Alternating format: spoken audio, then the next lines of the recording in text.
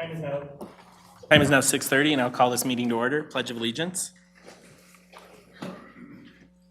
I pledge allegiance to the flag of the United States of America and to the republic for which it stands, one nation, under God, indivisible, with liberty and justice for all. I forgot to make sure live streaming is up and running. Okay. Roll call, please. Mayor Lofgren. Here. Mayor Pro Tem Ott. Here. Trustee Counterman. Here. Trustee Doherty. Here. Trustee Jeffrey. Here. Trustee Morris. Here. Trustee Strzok. Present. Thank you. Next item is the approval of the agenda. Do I have a motion? Aye. Second. I have a motion and a second to approve the agenda as presented. All in favor, say aye. Aye. All opposed? The motion carries. Next item is audience business, and I have 3 speaker slips, but it looks like you're all here to speak on traffic calming, so I'll call you up then unless someone indicates otherwise. Okay, I'll call you up then. So no regular public business. Next item is the consent agenda. The 2 items on the consent agenda for the benefit of the audience are the payment approval report in the amount of $61,138.52 and the May 21st, 2019 minutes. Do I have a motion? I move to approve the consent agenda as presented. I have a motion and a second. Roll call, please. Trustee Jeffrey. Yes. Trustee Strzok. Yes. Trustee Ott. Aye. Trustee Doherty. Yes. Trustee Morris. Aye. Mayor Lofgren. Yes. Trustee Counterman. Yes. Thank you. Motion carries 7-0. Next item on the agenda are the action items. Action item A is the appointment to the events committee of Amber Riemann. Is Ms. Riemann here tonight? Go ahead and step forward, and if you wouldn't mind, give us a brief introduction and tell us why you're interested. Okay, my name is Amber Riemann. I live in Bella Vista. I've been in Lockwood and Bella Vista for 4 years. By trade, I'm a national account manager at Blue Cross and Blue Shield, and so I'm really good at organizing big things and carrying out big projects and seeing them come to fruition.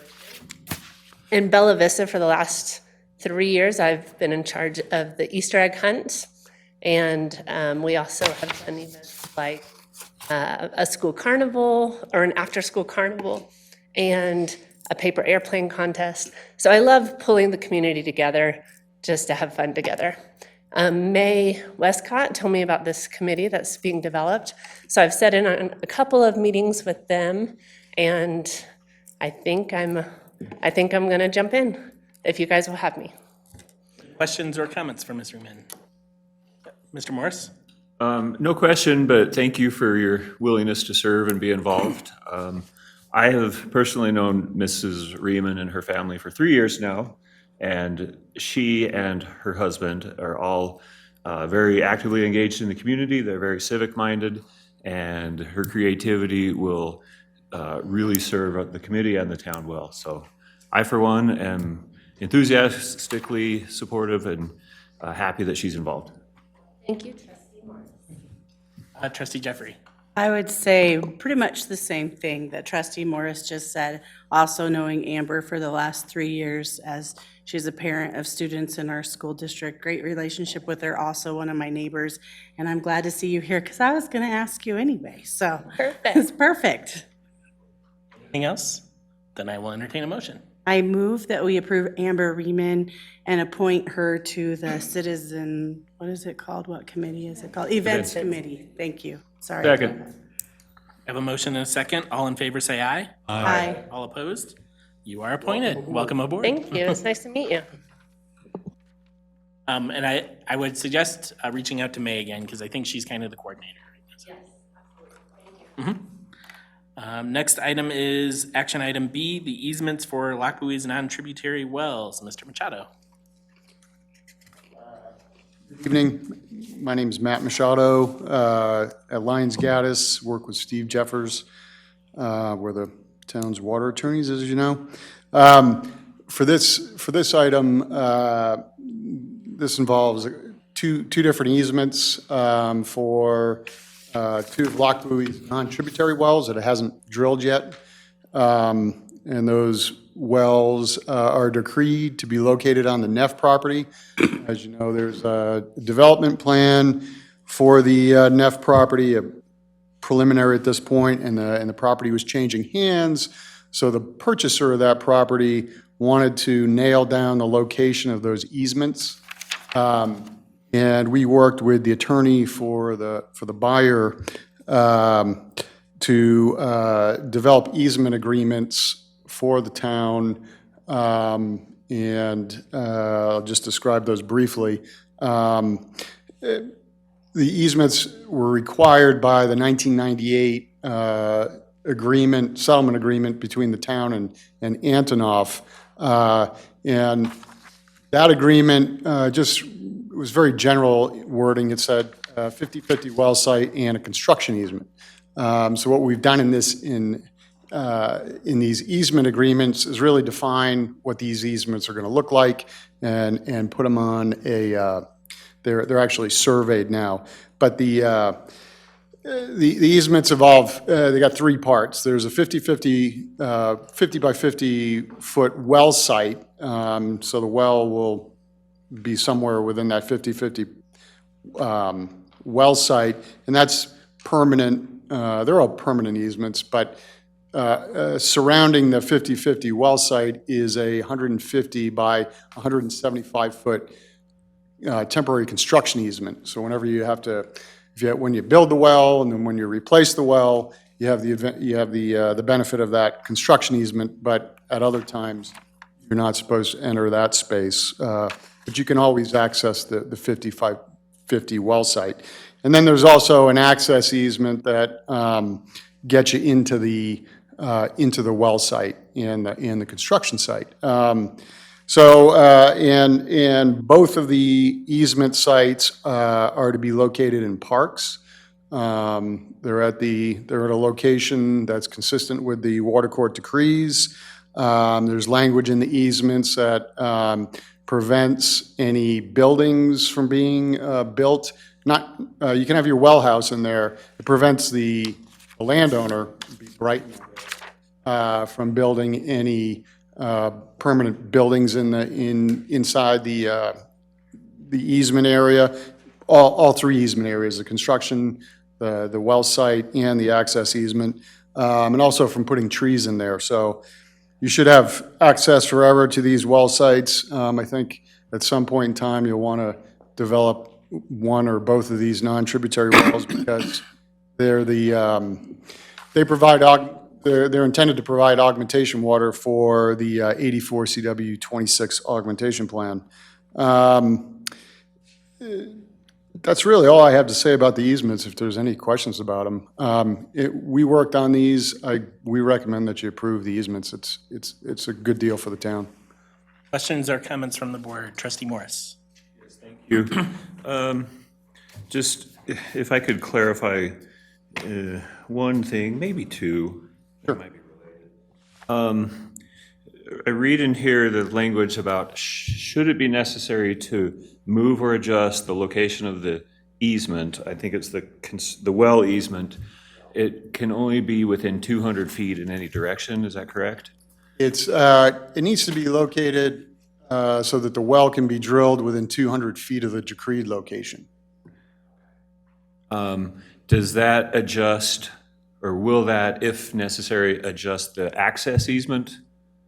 Is it language in there, I guess, and sorry for not being completely versed with it, but if the access easement needs to be adjusted, is that covered and addressed in here? So the 1988 agreement and this agreement both allow all the easements, the access, the construction, and the well site to be moved. But the nice thing about this is this location will work to build the wells and works for the town. And if they need to move it because the plat changes or their development changes, it needs to be moved to a location that's going to work for the town. It has to be within 200 feet of the decreed location, and then whatever adjustments they make to the access easement or the construction easement or the well site, that all has to work again. So having it in writing the way it is now, that gives us a template for what it's got to look like if they move it.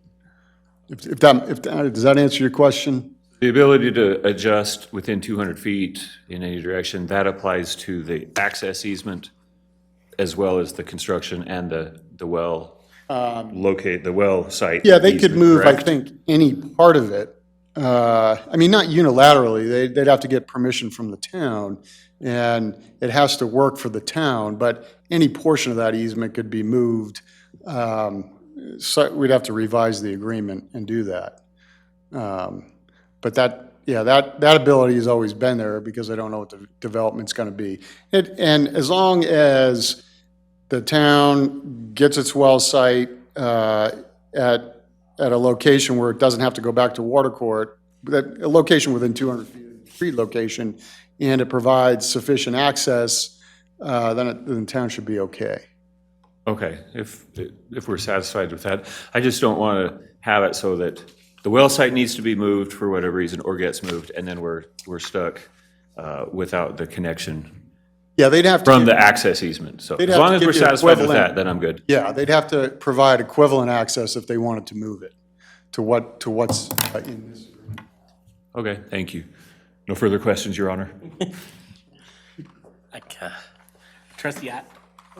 So this has been hanging around for 21 years. So I would encourage the board to appropriate the funds to get these wells drilled and sunk in the ground so we can get them established and our footprint established so we have rights and they can't jack us around when they start building the homes over there. Because we get the wells drilled before they build the homes, they have to accommodate us. We don't have to accommodate them. So I would encourage the board and everybody to appropriate the funds and get these wells drilled ASAP as soon as this is done. Something to talk about at budget time. Yeah, They're expensive wells. well, but They're very deep. I don't know exactly how deep, probably 1,000 feet or so, but these are some of the most expensive wells you can drill.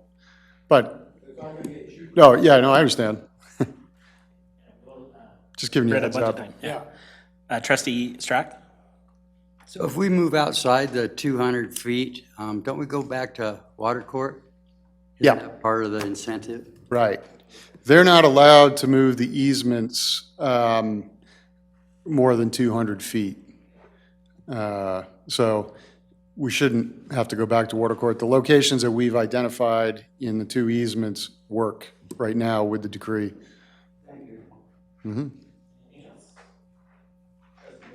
Yeah, so I have a couple questions. One of the things that I think Steve said last time was we were trying to get the access easement to not be on 168th, and it looks like both of these are,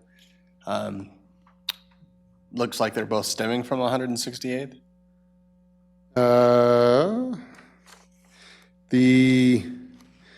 There's some proposed roads in the park. Are they show on the plat map? I just don't remember off the top of my head. No, they don't really show. So if you had a copy of their I don't know if it's a site plan, I think that's what it is that we were working off of. There's internal roads. Steve Stamey didn't want the access to be, the only access to be off of Baseline because of the improvements that are going to be made to Baseline might make it difficult to get a drilling rig off of Baseline onto the well easement. We did include an access off of Baseline in case it works. It could be easy, but there's, picture's worth 1,000 words. Yeah, there's an internal street that goes east-west and north-south, and one of them sits on a corner of two internal streets. So you have direct access off of a north-south street and a east-west internal street and off of Baseline. Okay. And then on the other one, you have access off of Baseline. This is on the one on the east side. You have access off of Baseline and then off of the east-west internal street. And in fact, the entire south edge of that easement touches the east-west street. So, That makes sense. I just saw it was longer towards 168th than towards anything else, so it made it look like it was just Yeah. off 168th without the other roads in the. yeah, if you're just looking at the exhibits to the easement, it's kind of hard to see because the proposed internal streets are not on there. Okay. And then the other thing too, so I mean, this agreement locks down these easements for any plating, anything that they're doing. So I guess, can you kind of speak to the urgency on having to drill these? I guess if these are the easements, they can build all the houses they want around this thing, and the easement's still the easement. We can drill this thing in 20 years from now. Yeah, And the yeah, easement's this still locks there. down an easement. That's the nice thing about this. With the 1998 agreement, I think the easement provision was a sentence or two Right. sentences. So this puts a lot of definition into what the easement looks like and what the rights and obligations are with respect to the easement, and it does it in a good way for Lochbuie. But yeah, unless if they want to develop the property differently, they can move these easements a little bit, but I think they have to put parks in that area, and this will sort of force that. But yeah, as far as, you're right, I think this locks, that's what this does. This locks in those easements at these locations. And is there value in terms of avoiding development that might encroach on these easements? Well, we've written it in a way that they really can't encroach on these easements. I mean, I guess that was So I was kind probably of the thinking, question. okay, yeah, no, that answers my question. Thank you. Trustee Counterman. Well, then what purpose does it serve to not drill these wells and just hold on to these easements? I mean, I don't understand that. Well, when the town needs to operate this OG plan, it then needs to have these wells operating, because basically this water is just going to get pumped out of the ground and overboarded, just dumped into the river. I guess you could use it directly as well, put it in your system. But it allows, you get more bang for your buck if you use it in this augmentation plan. So, because if you're pumping the wells you pump now, and let's say you pump 10 acre-feet, that results in about 6 acre-feet of consumption, and so then you need to pump from the non-tributary wells under the OG plan 6 acre-feet and dump that in the river. So you pump 6 acre-feet from the non-tributary wells, and that allows you to pump 10 acre-feet or so, I don't have the exact numbers, from your alluvial wells that you pump from now that are plumbed into your system. So that OG plan, I want to say that's about 350 acre-feet. You've never operated it because the only way it operates is by using the non-tributary water, and you never had the non-tributary wells. So it's unlike the 10 CW 214 OG plan, where you have Bell Mountain water and you have United Reservoir water, this one, there's not as many contingencies. If it's a dry year, for example, this one's sort of drought-proof because you can always pump the water from these. If you built these non-tributary wells in a drought year, they're not affected by droughts because this water is so far deep in the ground. So that's another value of this plan for augmentation. It's an old one. It's, I said it's a 1984 case, but it's valuable because it's old. It's simple and it should work. Old is good. Yeah. Everything has Old gotten is way valuable. more complicated in the past 20, 30 years. Infinitely more complicated. Thank you. Entertain a motion. I move to approve the easement deed agreement for Lochbuie Development -1. Second. I have a motion and a second. Roll call, please. Trustee Strunk. Yes. Trustee Doherty. Yes. Yes. Mayor Lofgren. Yes. Trustee Counterman. Yes. Trustee Jeffrey. Yes. Trustee Ott. Yes. Thank you. Motion carries 7-0. Next item is the request for authority to settle the water court case. Mr. Machado. Point of order. We only approved one easement there. Oh, Approve the other easement. I move that we approve the easement deed and agreement for Lochbuie well number LFH-1. Second. and a roll call, please. Trustee Morris. Yes. Trustee Counterman. Yes. Trustee Strunk. Yes. Trustee Doherty. Yes. Trustee Jeffrey. Yes. Trustee Ott. Yes. Mayor Lofgren. Yes, and the motion carries. Now the water court case, Mr. Machado. Thank you for that. That's good. This is a case in which 17 CW 3068 is a case in which Lock Buoy was an objector. It's an application of East Cherry Creek Valley Water and Sanitation District to make, for findings of diligence for conditional water rights that were decreed in their big case, their 02 CW 404 case, which is their big plan for augmentation, and it's how they operate their wells in the BB draw. It's a very it's a diligence case, but what am I trying to say? It's there's a lot of different claims involved in this case. A lot of them Lock Buoy didn't care about. It's got all kinds of exchanges on the South Platte River. We recommended the town get in the case because some of the diversion points included United Diversion Point or United Diversion Facility number 3, which is, the intake to the United Reservoir. And the biggest reason was that it involved a whole bunch of diversion points on the BB draw throughout town. And we thought that those claims were dead 10 years ago, and they kind of revived them in this case. But now the proposed decree includes language to, it does away with those claims. So at this point, we recommend that the town stipulate. We're getting close to trial. Lock Buoy is the last party in the case. I just very quickly, and maybe Steve Jeffers has talked to y'all about this before, but this happens in a lot of water court cases where there's a lot of settlement discussions as you're getting closer to trial, and in a lot of these cases, they involve structures that are important to the town. There are water rights in the BB draw. There are the town's structures involved sometimes.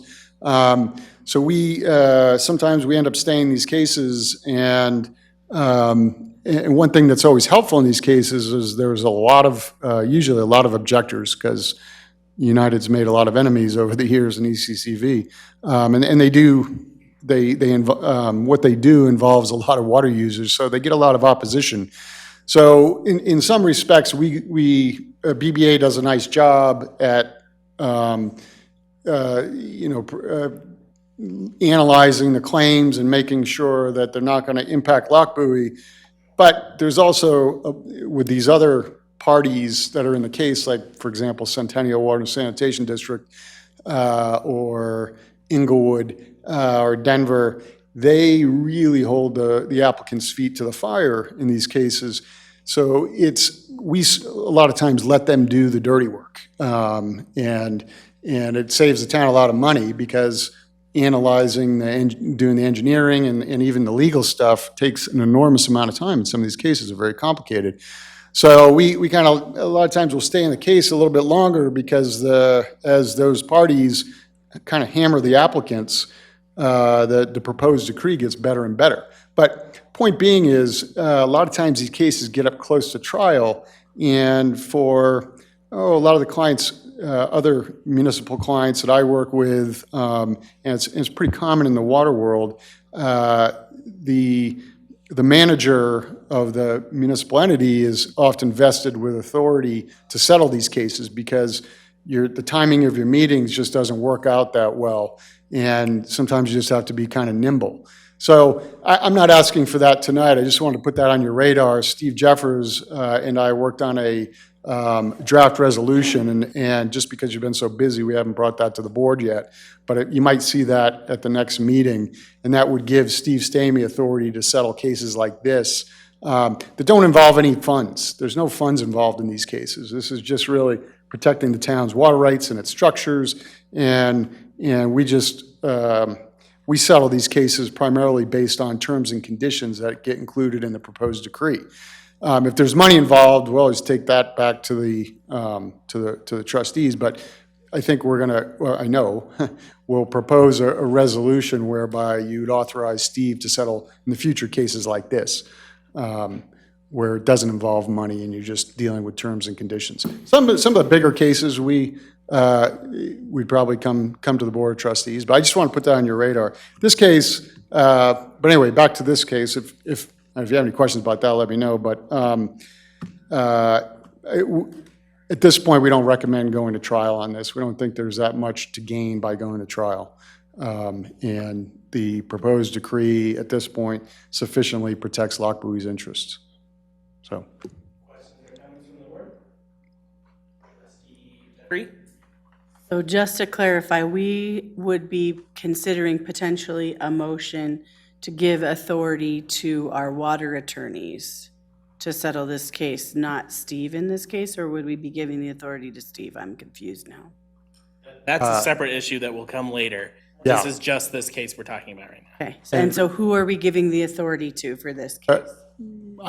To me, or to Lyons Gaddis. Thank you. You said this does away with a lot of those little claims? Yeah. Let's see if I can find that paragraph quickly. Sounds advantageous. Yeah, they were called they basically had in the 404 case, there was claims for almost like check dams across the BB draw where they back up water and then they would divert some of it. Where is it? It's this paragraph 2.1 in the proposed decree. ECZV included recharge ponds and canals, which are part of the previously decreed BB draw recharge project. And they withdraw their claims for diligence with respect to that project. Thank you. Sure. I would also add just one thing, going back to this general issue about the authority. Go ahead. I wanna Oh, save that sorry. until we have the Yeah, rest. sorry, okay, yeah, good. My fear is that we'll have all the conversation now, and then when it's actually on the agenda, it'll get muddled, so. If that's fine with you. Oh, yeah. Okay. Anything else on this case? Okay, I will entertain a motion. I move to give the authority to settle case number 17CW3068 in water court application to our town water attorneys, Geddes. Lyons Gaddis. Yeah. I'll second that. Motion and second. Roll call, please. Trustee Morris. Yes. Mayor Lofgren. Yes. Trustee Strack. Yes. Trustee Counterman. Trustee Doherty. Yes. Trustee Ott. Trustee Jeffrey. Yes. Thank you. The next item is ordinance number 2019-642 regarding home rule. Ms. Duran. Mayor, trustees, I hope that when we did our training after Trustee Counterman and Trustee Jeffries came on to the Board of Trustees, that we discussed sort of the difference between what is a home rule municipality and what is a statutory municipality. And prior to that time, this board had taken, had several study sessions, frankly, on the issue of whether or not the town might want to pursue going home rule. I think Trustee Ott has always been, or Mayor Pro Tem Ott's always been probably the biggest advocate behind this. And the consensus was that this was something that we were going to be putting on the ballot in November of 2019 at the general coordinated election. So this step tonight is the first step in actually making that happen. This resolution ordinance provides both that we want to start the process. We want to put to the voters 2 questions on the ballot in November. The first one is, shall the town form a home rule charter commission? And the second one is going to be, not yet decided because we don't know who the candidates are. If the first question is approved, please vote for 9 of the following people. And then we'll have a list of candidates, and that candidacy process is really the same as the candidacy process that you all have gone through since we moved to November election. It'll start in early August. I'll be working with Linda, and we'll get an election calendar together. So this ordinance basically says we're going to participate in the election. We're going to have a 9-member charter commission, which is the minimum number of members you can have under state law. Designates Linda Blackston, the town clerk, as the election official. Authorizes the town to go ahead and sign an IGA with both Weld and Adams County for participation in the coordinated election, and provides that if we don't get 9 people, it's automatically going to cancel this election. So if we don't have 9 candidates step forward and fill out and submit candidacy petitions, we can't have a charter commission, so we're going to just cancel the election sort of by operation.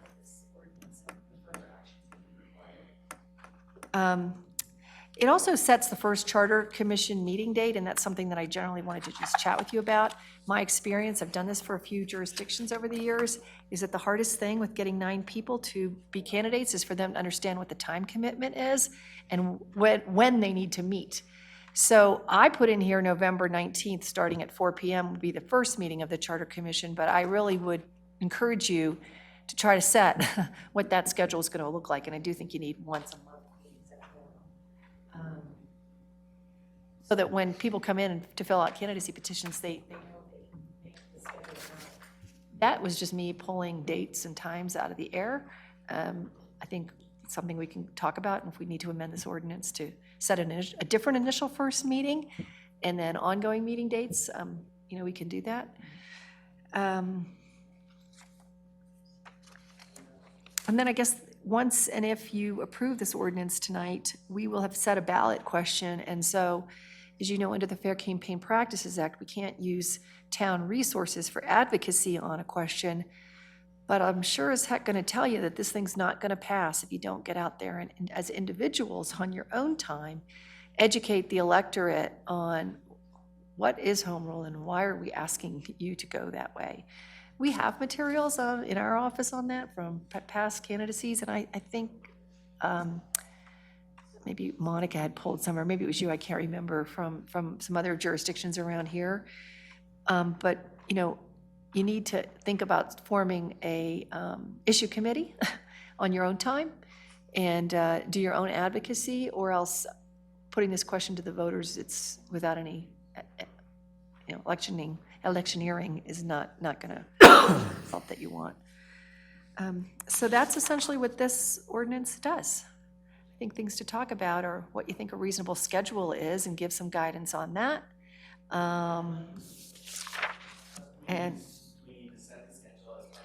Well, so what this ordinance does set is the first date of the Charter Commission meeting, and maybe that date's fine and we can just leave it like that. I don't think we necessarily, if you're okay with that as being the first date, we don't necessarily need to do that, but I really do encourage you, before petitions start getting picked up in August, maybe even having conversations with people that you've identified as maybe being interested in this commission as to what time frame does or doesn't work for them, and trying to herd those cats, because that's the biggest job of this, frankly, and into a time that works for people, then I think that's fine. Just think it's best to tell them that in August. Questions or comments? Trustee Strapp?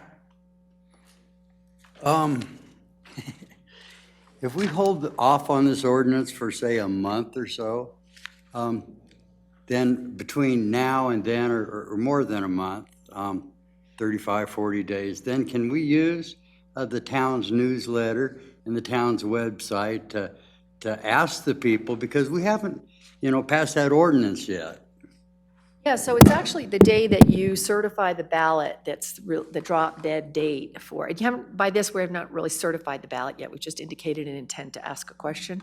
So frankly, between now and August, when we certify the ballot, you are allowed to do what's called educating or answering questions, but I'll tell you, it's really, really hard to educate and not pass through that line of advocacy, right? Because you're going to educate, I'm going to assume, if you're approving this and wanting to move forward with a home rule initiative, it's very difficult to educate and keep it really down the middle.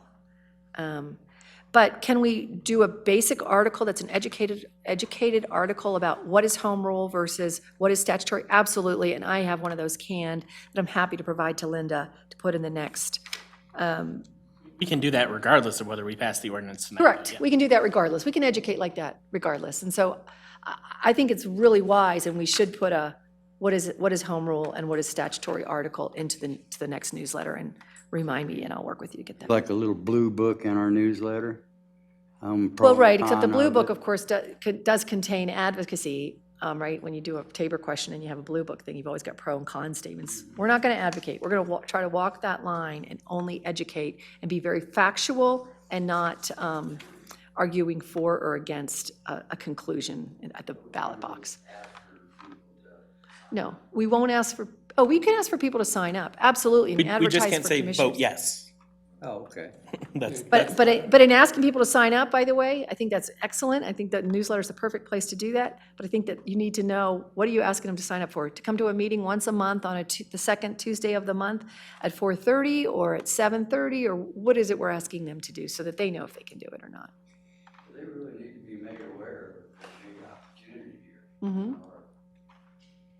Just go by the wayside like everything else, so. Candidate petitions won't even be available to be circulated until early August, so we have some time. But I think it's fair to put out an article maybe at the very next newsletter. I don't know when your dates are. Okay. Okay, so it's July, so we really have just that opportunity. So what is home rule versus statutory article makes sense? And would you be interested in being a charter commissioner? This is what it takes. Article makes sense. Both of those are very factual. I can work with Linda to make sure that they're extremely factual, and we can get those in the July newsletter. All in favor of that? my thought is maybe to incorporate it in the mayor's corner for August. Yep. Trustee Jeffrey? To me, it makes sense that we would have a section that talks about subsequent meetings of the Charter Commission in this. I know you mentioned, Ms. Duran, that we might amend this later. I just wonder if it would just be stronger from the get-go if we had everything there. I definitely think we need to outline what the meetings are and have that as part of our ordinance. I don't know if that's something we could add, like, through our process tonight, or if it's something that we need to discuss further, and then if we choose to approve this tonight, amend later. Trustee Counterman? Can we, in our newsletter, if we do this educational part, tell them that we're considering this? Well, it's on the agenda for you tonight to take action on it. So if you adopt this ordinance tonight, you are going to be submitting the question unless you take action in August to decide not to do that, and/or you don't get enough candidates interested in serving on your charter commission. So it's not on just for future consideration tonight, it's on for action. If you want to table this until July, I think that's okay. But we maybe miss that opportunity to do that educational piece in July prior to candidates needing to come in and start picking up petitions. I think we'll probably do it in August, because our August newsletter will go out August 1st, which will still be before. Yeah, it will still be before. I think we ought to allow enough time to educate the public before we move on this. Clerk Blackstone clearly has something to say. Can you hit your? Like Maureen said, the town is limited, but the key is you guys as Board of Trustees will really have to pursue it as Board of Trustees, right? I mean, for it to pass. Well, as individuals, As individuals, members, right, as as individual individuals. citizens, they need to go out and campaign, and a lot of them know this routine from the bond question that we did in 2017. This is not new news to several of us. Yeah. I just think it's a great thing to put on the ballot, that's what you want to do, just really have to know you need to do some work. I mean, obviously it'll help for the newsletter and stuff, but it's really important for, I feel like we're getting the hard sell on something this board has successfully done in the past, so like, I don't understand what's going on here. Trustee App? Okay, I'm the biggest drum beater for this, right up front. We are under time constraints because we are not a home rule city. We have to publish this ordinance, and it doesn't go into effect for 30 days after it's published. So now we're talking middle of July till it's even effective. So if we wait another month, it's gonna be in time for them to pick up their packets and everything else, and we'll be out of time to do it. I mean, we need to do it now or table it for another year. Because we're, like I said, we're in time constraints.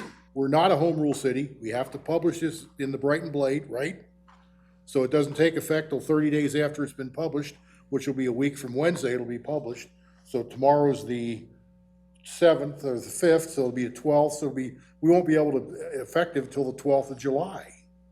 So, to me, I'm ready to make the motion. Trustee Morris?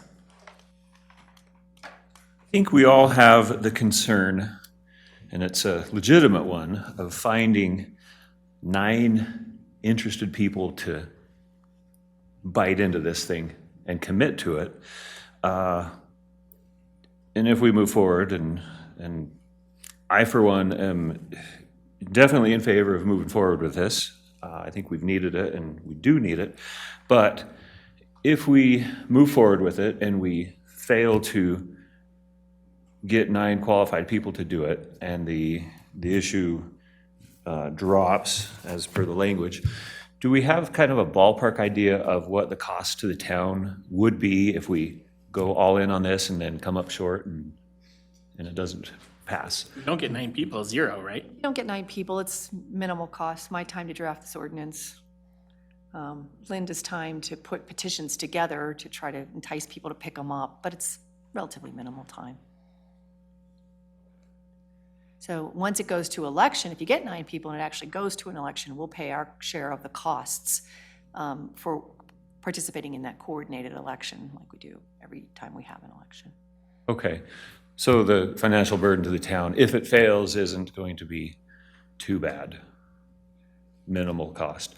My second comment is CML has publications that are put out about home rule and forming home rule committees, and I don't know if we have those in our library, but if we do move forward with, I would like to suggest that we pick up a number of those for, not only for board members, but also for potential commission members, just so that we can start the education process and give them some solid stuff.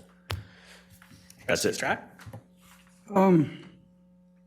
I don't know if I should even ask this question. So the people, as they fill out an application or sign on to be on this committee, can they get together before this meeting? I mean, can they have a little pep rally or something to, kind of keep them all interested, maybe get them to reach out to people that they know or anything like that? Well, recall that they're really not a charter commission until the vote in November that makes them a charter commission, and then you got a time frame where that vote actually has to be certified before it's an official election result. And we already have this scheduled on November 19th, which is right around the time that it all becomes official. So they're meeting pretty quickly right after they're officially a charter commission. Can people get together who are just candidates and not elected officials to have a pep rally? Absolutely, I have no problem with that. Yeah. Yeah, they're just, at that point, they're just 9 people who are candidates for something, so. We oversee what they're doing, or we're just kind of So, left out of it? Yeah, so you guys would stay out of it for the most part, except for your role, as we've discussed this over the summer. But I would meet with that charter commission and talk them through what the legal requirements are for a charter, what the issues are. So for instance, what does it mean to have at-large representation versus by district, and is that where we want to go? I mean, all those types of issues that are adopted in a charter, I usually would have a pro-con conversation with them, and then they're the policymakers, and let them make a policy. And as I think I've said to you until probably it's beating a dead horse, a charter that's very, very broadly drafted will help the town to have maximum flexibility in the future and to let those elected officials who are most directly responsible to the constituents do what they think is in the best interest of the town at the time. And a highly restrictive charter can actually be a detriment. So if I am working with a charter commission, I'm going to be advocating for a pretty broadly drafted charter. So you'd be giving them direction after they're established? Correct, I'll go to all their meetings. Is there any way we could have like a workshop or anything prior to that, to where these people could find out what they're getting themselves into? Yeah, we could have a candidate forum where we explain the home rule process and the charter commission and how the thing works. I think that's a good idea. We could do that sometime in the early August time. Otherwise, they have no idea, until after. Yeah, maybe we can even do it late July, early August, have a, interested candidates forum where we just explain to them what it is you're getting yourself into. I think could probably go ahead and set some dates. I have some concerns with the 19th, just because it's a typical meeting night for us, I think. And so That was the idea, so she would be here. I just set that, in my head, I was thinking, I'm coming up every second Tuesday and the first and third Tuesday anyway. If I set those dates, I'm already coming up to sort of an efficiency thing. But if 4:30 precludes certain people from serving on the Charter Commission that you've identified that have like 9 to 5 jobs, then we can do it another night. I mean, I'm fine with that. As I said, I was pulling things out of the air, so. I guess my personal opinion on it is, well, I guess first, we can attend those meetings, right? You can attend, these meetings are open to the public. Right, so I guess my thought would be, I'd be interested in attending those meetings. And if it's on a meeting night, I get that it's before the meeting. I think that's gonna make it a little bit difficult. My thought would be, I know this might make it difficult for you, but put it on the off Tuesday, so a typical work session night, and do it, I think we set it, I would say the second Tuesday of every month, and do it monthly. That would be my thought. And go ahead and just set it right now, and then that way it's consistent, like you were recommending, but it's on an off weekend, or an off week, so all of us can attend if we're interested. I would probably push it to a later time, just so we can try to get more people that are, working in Denver. I think a lot of our community works outside, well, I think we know that a lot of this community works outside of the community. So I think it'd be better to push it a little bit later. Again, I understand that makes it difficult for you guys, but I think that would be better in the long run, honestly, for the commission. Trustee Counterman? So if someone wants to be on the commission, would they apply to be on the commission? They actually have to run and be elected to be on the commission. They yeah. fill out a candidate petition just like you, well, I think you were appointed, but if you had run where well, I think you did run, but basically the same process that you followed. So for instance, if 12 people say they want to be on the commission, we are by this ordinance setting the number at 9. And so only 9 would be on, so 3 people would be running and not be elected. So who decides who can be on, who can run? If 12 people apply, The who voters, decides? the voters will vote for 9. It's just like a normal election. Yeah, it's the voters. So 9 slots, and however many people submit sufficient petitions as candidates, 9 of those will succeed at the ballot box. I mean, I think from our prior discussions, the concern was that, can we get 9 people? yeah. So, The initial meeting is set for the 19th, which is the third Tuesday. So we couldn't do it any sooner than the 19th because the election probably won't be certified before about the 10th or 12th, right? That's what I was gonna say. Why don't we keep the 19th at 4:30 as the first meeting, and then do the 4th Tuesday or the second Tuesday of every month thereafter? Does that sound Yep. good to everyone? Okay. Trustee Strack? Is there a minimal number? Could we have, you couldn't have 7? All right, thank you.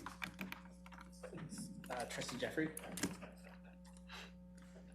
Once they're elected, are they there forever, or do they rerun? Like, I have a question about that, sorry. they're automatically dissolved, so they have 6 months from the date of the election to draft the charter and submit it to the Board of Trustees. And then once you receive the charter, you have to set an election, whether you like the charter or not. It's not for you to decide. You can take it and you set an election, and then you have an election on the charter, and they're disbanded as the date they submit the charter to you, which is kind of nice, because then they're no longer elected officials of the town, and they're people who poured their heart into drafting that document for 6 months, and what you'll find is they're good issue committee folks. And so heaven forbid we didn't like the charter, then we could, as individuals, could Vote work against very hard to get people to vote against it. Okay, I'm just trying to wrap my head around that. Sorry. Problem, Jamie. Can we amend the ordinance for approval tonight? Yes. Do I make a motion to amend what's presented? Well, do we have? I will entertain a motion at this time. Are we amending it or just making it? Well, you can make a motion with whatever amendments you think are appropriate. I move that we add an additional sentence at the end. I move that we amend Section 9 to be titled Meetings of the Charter Commission. And we keep the initial meeting date as presented, and that we add an additional sentence at the end that it says something to the effect of future meetings will be held on the second Tuesday of every month at 6:30 PM. Are you moving to approve the entire thing with that amendment? I am moving to approve the entire thing. Ordinance number 2019-642, an ordinance initiating the adoption of a home rule charter for the town of Lochbuie, providing for the election of charter commission members, and authorizing participation in the 2019 coordinated general election with an amendment to Section 9 as previously stated. May I offer something for you to consider with your amendment? Can we add language at the end of that sentence that you're adding that also says, "and as needed"?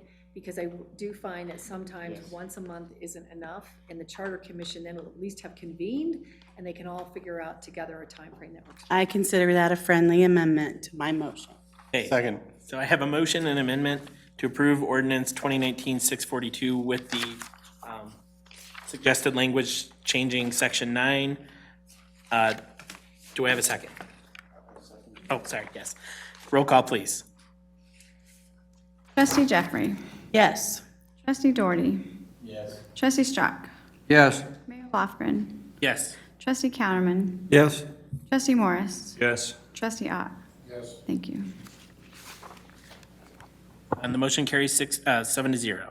Next item on the agenda is ordinance 2019-643 regarding the fire pits. Ms. John. Paul, the police chief had a conversation with the board a couple meetings ago about the town's open burning restrictions and how they can be read to lawful to operate a fire pit in your backyard or a fireplace. And as we all know, that those are actually fairly common in town and around the city.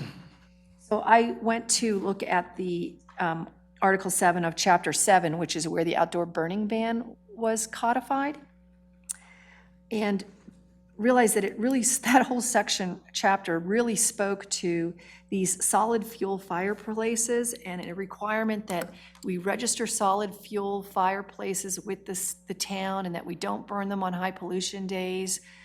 And I talked further with staff, and we discovered that we don't register those and we don't enforce that.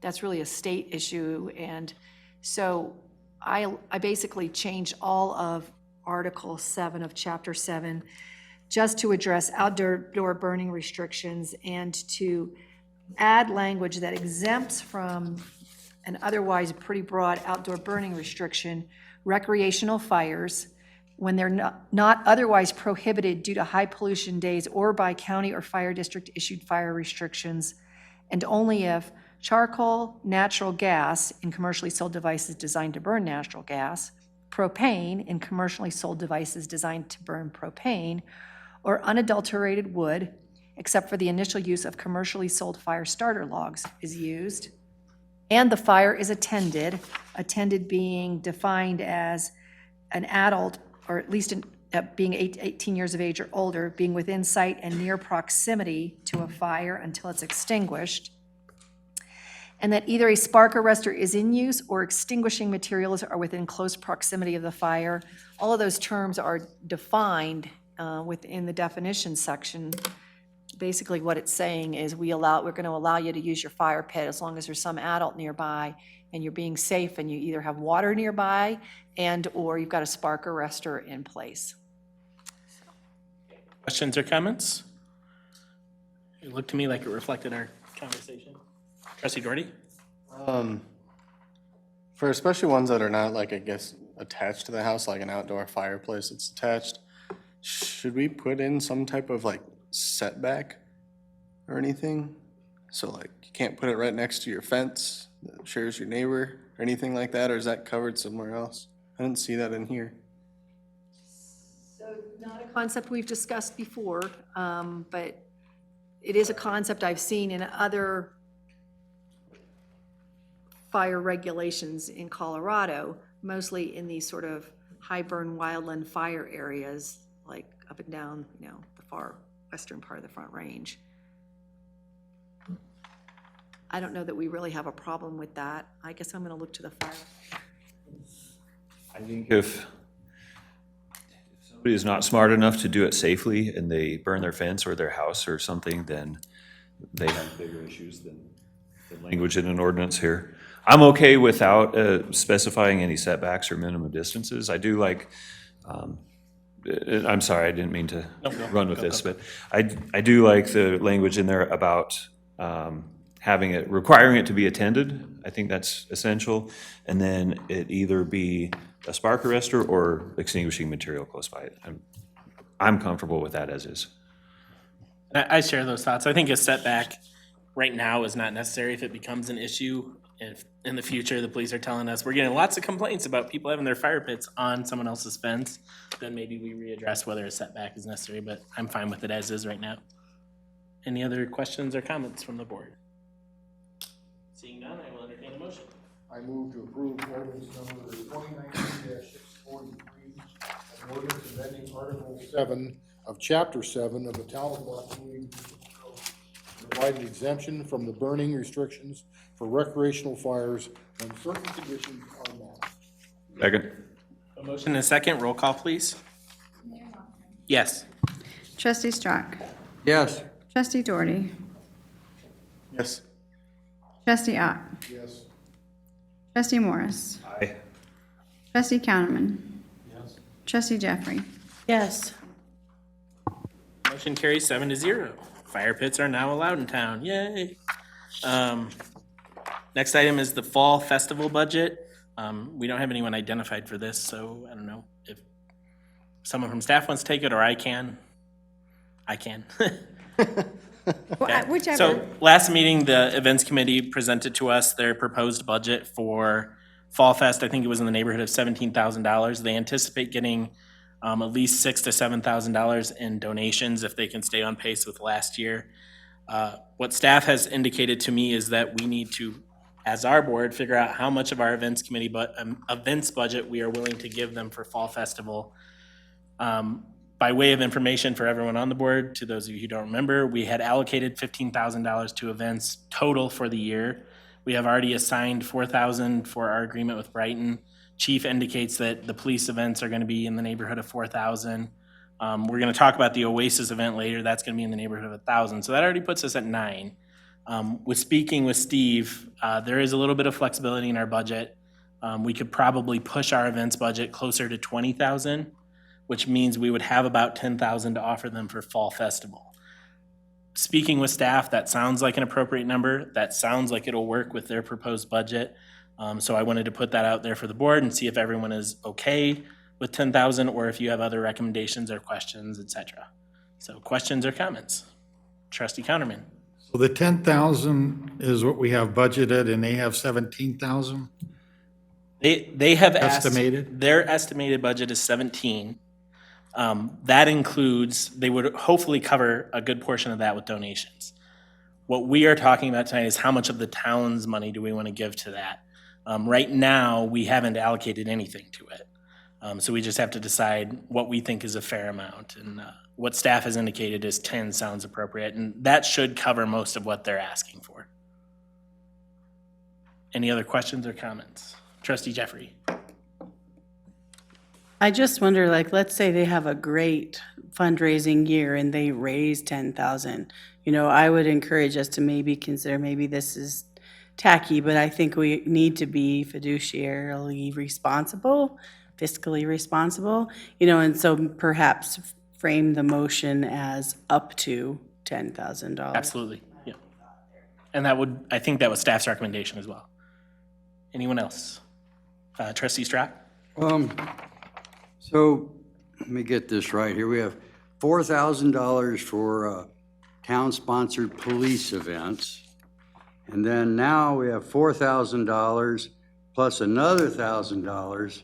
So we have $5,000 sponsoring Brighton's events. So that leaves us like $6,000 in the original budget. They're gonna maybe collect 6,000 is 12, so they're about 6,000 short, is the way I see it.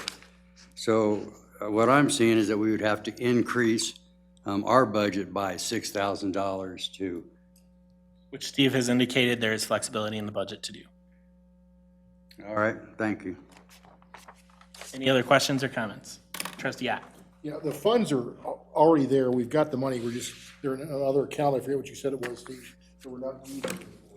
So the money is there to use it, number one. In response to what Trustee Strock said, yes, these are joint promotions with the city of Brighton, but the Oasis deal that might cost up to $1,000 is for Lochbuie citizens. That will not affect Brighton or anybody. Well, basically what we're gonna do is rent the Brighton Oasis Water Park for an evening and make it free to to Lochbuie residents as a, town-sponsored event. So really, you can't count that as, that doesn't go with that joint. So that's my comment on it. Yep, perfect. Trustee Counterman. Just had a question. The sponsor gifts, $500, is that gifts that we give to sponsors for donating, or? Yeah, that is what they're anticipating that for. And what I indicated to them is no town funds should be used for that. That should be purely out of donations. Now what? That should be purely covered by donations. Trustee Morris? The Fall Festival is still our main event of the year, correct? Yes. I mean, we have other events, and I think we have ambitions of incorporating other events in the year, but we don't have those yet, other than the ones that we've already discussed. This is still the signature thing that we're doing, and naturally, there's going to be a cost associated with providing anything for our citizens, whether it be infrastructure or streets or arts or entertainment. This is a worthy and worthwhile event for us, I believe, to invest in, and I support it. Trustee Strack? One more question. So the last 6 words say the town board must approve all contracts. We're not approving this as a contract. There'll be individual contracts per each line item. Perfect. That's Thank correct. Yep. Okay, do I have any further questions or comments or a motion? I move that we allocate up to $10,000 from our budget to support the 2019 Fall Festival. Second. Motion and second, roll call, please. Trustee Morris. Yes. Trustee Counterman. Yes. Trustee Doherty. Yes. Trustee Jeffrey. Yes. Trustee Strock. Yes. Trustee Ott. Yes. Mayor Lofgren. Yes. And the motion carries 7-0. Next item is traffic calming. We'll start with our public concerns and comments. First person who had indicated they wish to speak was Amanda O'Reilly. If you could come forward and state your name, your address, and your concern or comment. Okay. My name's Amanda O'Reilly. My address is 261 Jewel Street, Lochbuie 80603. So I had attended the last HOA meeting to bring up traffic concerns. My family is 6 people. I have 4 kids. I have a teen and then 3 young ones, 6, 5, and 4. So we were built into the houses that were already there. We're part of the D.R. Horton homes, and we have a really big front lot, but we face east towards the BB Draw area before the school. And people just fly down our street. I cannot let my kids even play out front.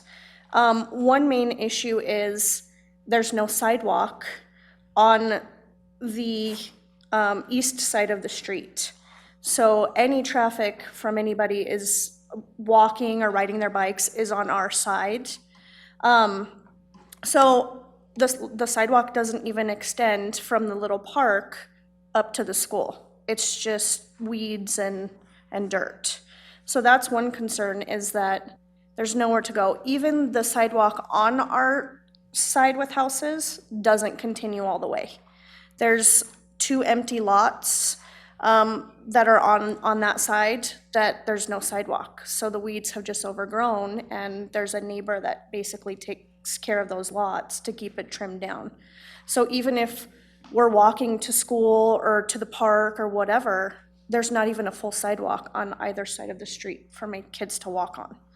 So the biggest concern is speed. And I did see that they did put in a digital speed tracker. It had to have been just this last week. I live just one house down, and I can see the tracker from my steps. So I did just kind of keep an eye out at the HOA meeting. They had said, try to take pictures or keep track of, what you see to then present. Out of 43 cars, 30 of them were going 29 miles per hour or higher. One of the top ones that I recorded was 42 miles an hour. So obviously it's 25 miles an hour on our street. Luckily my house backs to an alley, which is where our garage is. So that's where my kids play, is in an alley, just to be safe. The other thing that I noticed is, since they did put in the tracker of how fast they're going, I do think that people have noticed, but it's only going one way, which is the side that no kids are on. It's only going north. So they're still speeding like crazy going south, and I can't see how fast they're going. I mean, I can guess, but if they're going south, that's where any kids would be playing, and we can't see how fast they're going coming that other way. So I would suggest maybe trying to put a tracker there too, to see how fast people are moving going the opposite direction. So that's just kind of my thoughts. I'd love for my kids to be able to play out in the front yard. And like I said, we have a huge front yard, but I will not let them go past the sidewalk that separates the little median of grass and our yard. My kids know that they cannot go any further, just to be safe. So those are my concerns. It's well into the night, people are speeding. I mean, during the day, school hours. I do think that the road that they have opened for the school helps detour a little bit of traffic, but there's still quite a majority of people and construction traffic coming through Jewel and up the street. I do know at the HOA meeting, there was a lot of neighbors from like Jade and then further up on Jewel that are having the same issue once they get around the roundabout. They're speeding on that long stretch as well. So it's before the roundabout and then right after. So those are my concerns as a resident. Next person is Darla DeQuang regarding street speeding. Same thing, name, address, and your concern, please. The DuQuoin, 802 Lone Wolf Circle. And I had 2 things, but I'm going to start with the street. You came to our HOA meeting, thank you very much, and we kind of shared with you our concerns. We have the same concerns, speeding, narrow streets. So it makes it difficult for kids, again, to play outside, and our community is very concerned about that. You guys did put up a digital, again, it's one way. I think that is a good tool, because it does, it catches my attention, so I know it catches people's attention. One of the things I noticed too on your printout were like speed humps or speed tables, because I know we've talked about speed bumps and plow, maybe looking at something that's kind of raised that would work with snow plows. I think certain streets need that just to slow people down, because it is dangerous. But again, you guys know. So that was just my concerns there. The other thing I wanted to talk about was construction. My concerns going forward with construction is who is monitoring what's going on with debris. We had the issue at Homestead entrance at Berkshire where they left bushes and the lawn, rusted lawn edge, that metal stuff, just uprooted, very dangerous, unsafe. When I emailed Steve and David with the town at the beginning of last week, I got no reply. I then emailed you. My husband talked to the chief, who, thank you very much for coming over, because he saw the same concern, because we don't have sidewalks. Kids are crossing back there. Anybody could get hurt. It is not an active construction area, or it would have been cautioned off, and it was not. It was exposed to anybody to get injured, hurt, and it was there over 2 months. So it took us to have to get it addressed, and again, like I said, I didn't get a response, but thank you very much, because it got removed. When he came out, it was done and it was removed. David did reply to me, and he apologized for his delay in response, and I don't want to ding David because he's always been very responsive to me, and I really appreciate that. But going forward, as construction happens, my concern is who's really overseeing that? Who's kind of making sure construction workers are cleaning up their messes when they're done, so it doesn't look trashy in our community, so there's not a safety hazard? Do I email Steve, but I want a response? And that's kind of been my struggle, is I don't get a response. And taking care of town property in Berkshire, I want to know that I'm going to get a response, whether it's, hey, Darla, I'm going to have Steve on that, or David on that, or hey, this is actually so-and-so's issue, or is there somebody else I should be emailing? I want to email the correct person. If you want a guaranteed response, I would copy me. I'm the politically accountable person, so. I will copy you. And like I said, key is response, communication. And again, kudos to you. Thank you for taking care of that the same day. Because we just want to make sure, as construction starts again and continues, that this isn't going to happen. So, but that's my input. Thanks for listening. Next person was Don Cohen. Can I make a comment about that? We generally don't do direct responses to public comments. When it comes to your time, when we talk, you're welcome to. Don Cohen, regarding speeding in Silver Peaks. Don Cohen, and I live at 1799 Jade Avenue in Silver Peaks. I'm one of the people on the Jade Strip. I have the same concern about speeding. I live about a block west of the end school zone sign. And so people hit that right after that sign, and it's like they think it's the test to see how fast they can get up to 65. A lot of them succeed. So if you probably sat at Jade and Gallo, you could just on that corner catch a bunch of people speeding by. So that's my concern. There's a lot of kids right in the corner around my house that they play in the street, they throw the ball, they ride their bikes. So the concern is that somebody's going to get run over or hit. So it would be going westbound on Jade. So they kind of do it both directions, but I live on the west side or the north side of the street, so those are the ones I noticed the most screaming by. So Thank you. Okay, and then Mr. Reams is here to talk to us about what we can do about some of these issues. Hi, I'm Jeff Ream with Apex Design, the town traffic engineer, and I've put together a little presentation to address these issues. This was spurred by a conversation I had with David a couple months ago. He seems to be getting more and more comments and concerns and requests to address speeding issues. It's not unique. If I could turn the... Okay, next one. Turn one of these so it faces the board. Oh, yeah. So that we're not all... You can't see that? Yeah, there we go, that's good. Let's leave one out for the, yeah. So this is not a problem that's unique to Loch Louie. Every community, I think, up and down the Front Range and throughout the country faces the same thing. When we, especially in a community where we're growing, as we have more neighbors, we have more streets, there's going to be more requests to do something about speeding on those streets. That's just kind of the way things work in a neighborhood. But as a community, I mean, we have to deal with this in some sort of a systematic fashion. We can't necessarily address everything with a limited amount of money. And we want to make sure that we're doing the right thing in the right location. And so we wanted to put together kind of a systematic process that we can use going forward. And I believe the staff was on board with this. So, next one. So to start out with, I did some research on other communities and how they approach this traffic calming, as the term is for neighborhood traffic control, and kind of put together their best practices. In general, this is a neighborhood-driven process. We want the residents to be involved in identifying the issues and identifying the solutions so they can buy into the solutions. We want to make sure that it's available on the town website, that there's a 1 to 2 page handout so they understand the process that they're going to go with. It's relatively simple and straightforward. It's not onerous for the people. It's not onerous for the town.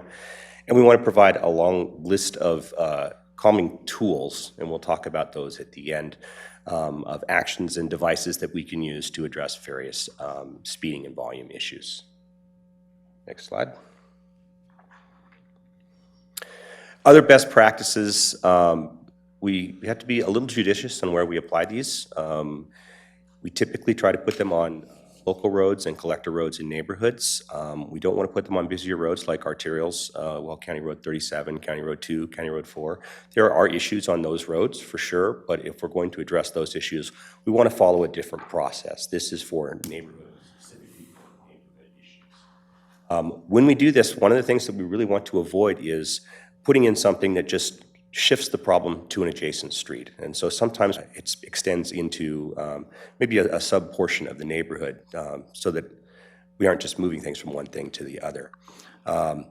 Again, we want to get buy-in from the community that's affected, and almost universally, we require a petition that has at least 5 signatures from residents in the area that's affected. So we know that it's perceived as a neighborhood problem, not just one person. We like to get the HOAs involved too, because these neighborhoods, I think their first course of action should be going through the HOAs, because that's other residents there as well. And then lastly, once we come up with a plan, we want to make sure that it's really meeting the neighbors' needs, and we want to try to get at least 50% of the property owners in the affected area to buy into it before we put it in. Again, these are best practices that were used in other communities.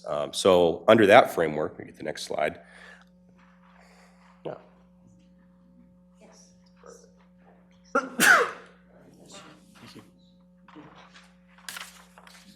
I put together a relatively simple and straightforward traffic calming process that I think the town can embrace. I took these bigger communities' ideas and tried to simplify them a little bit and create something that I think will work for Lochbuie. Step 1, and we'll go through all these in a little bit more detail on subsequent slides, is we get a request from the HOA or the neighborhood.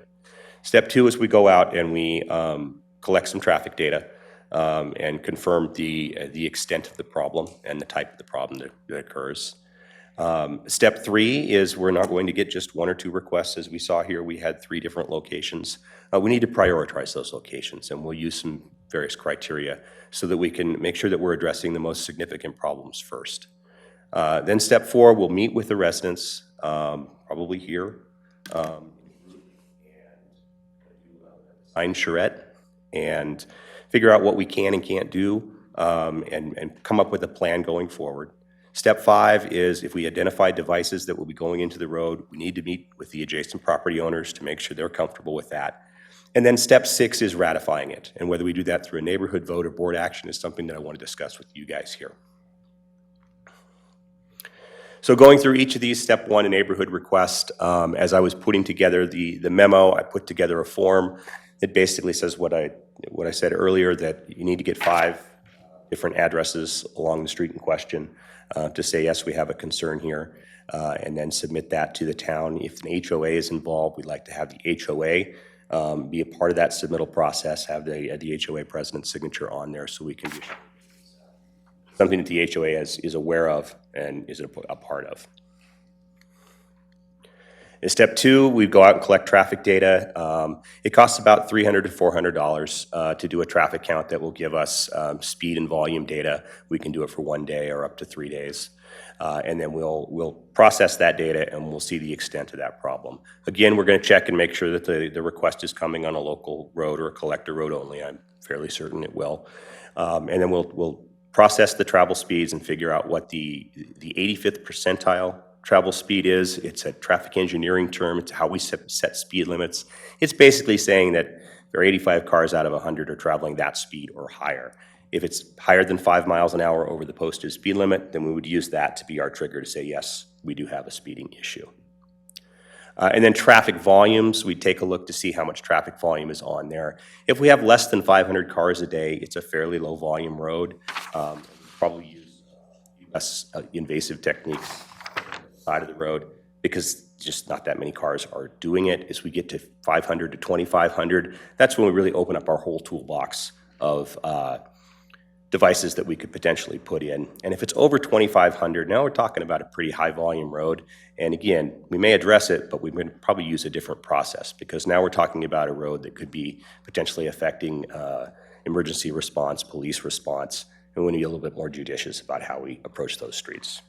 Before you move to the next step, quick question about that one. How do you decide what date to run those counts on it? You know, I The think reason I I would- ask is the two of our people spoke of Jade, which is on the main road to the new school. Yep. Doing it in the middle of summer might not be No, a great example. I would consider where the request came from and pick an appropriate time. We almost typically for traffic engineering choose week Tuesday, Wednesday, Thursday. Those were typical travel days. Because the new school is up there, we would wait until after school was in session because that's going to be a big driver of what our traffic volumes are like and our traffic speeds for that matter. So, but that would have to be, I mean, that's why that is done by the town. I'll have some say in when we should collect the data and make sure we're getting good information.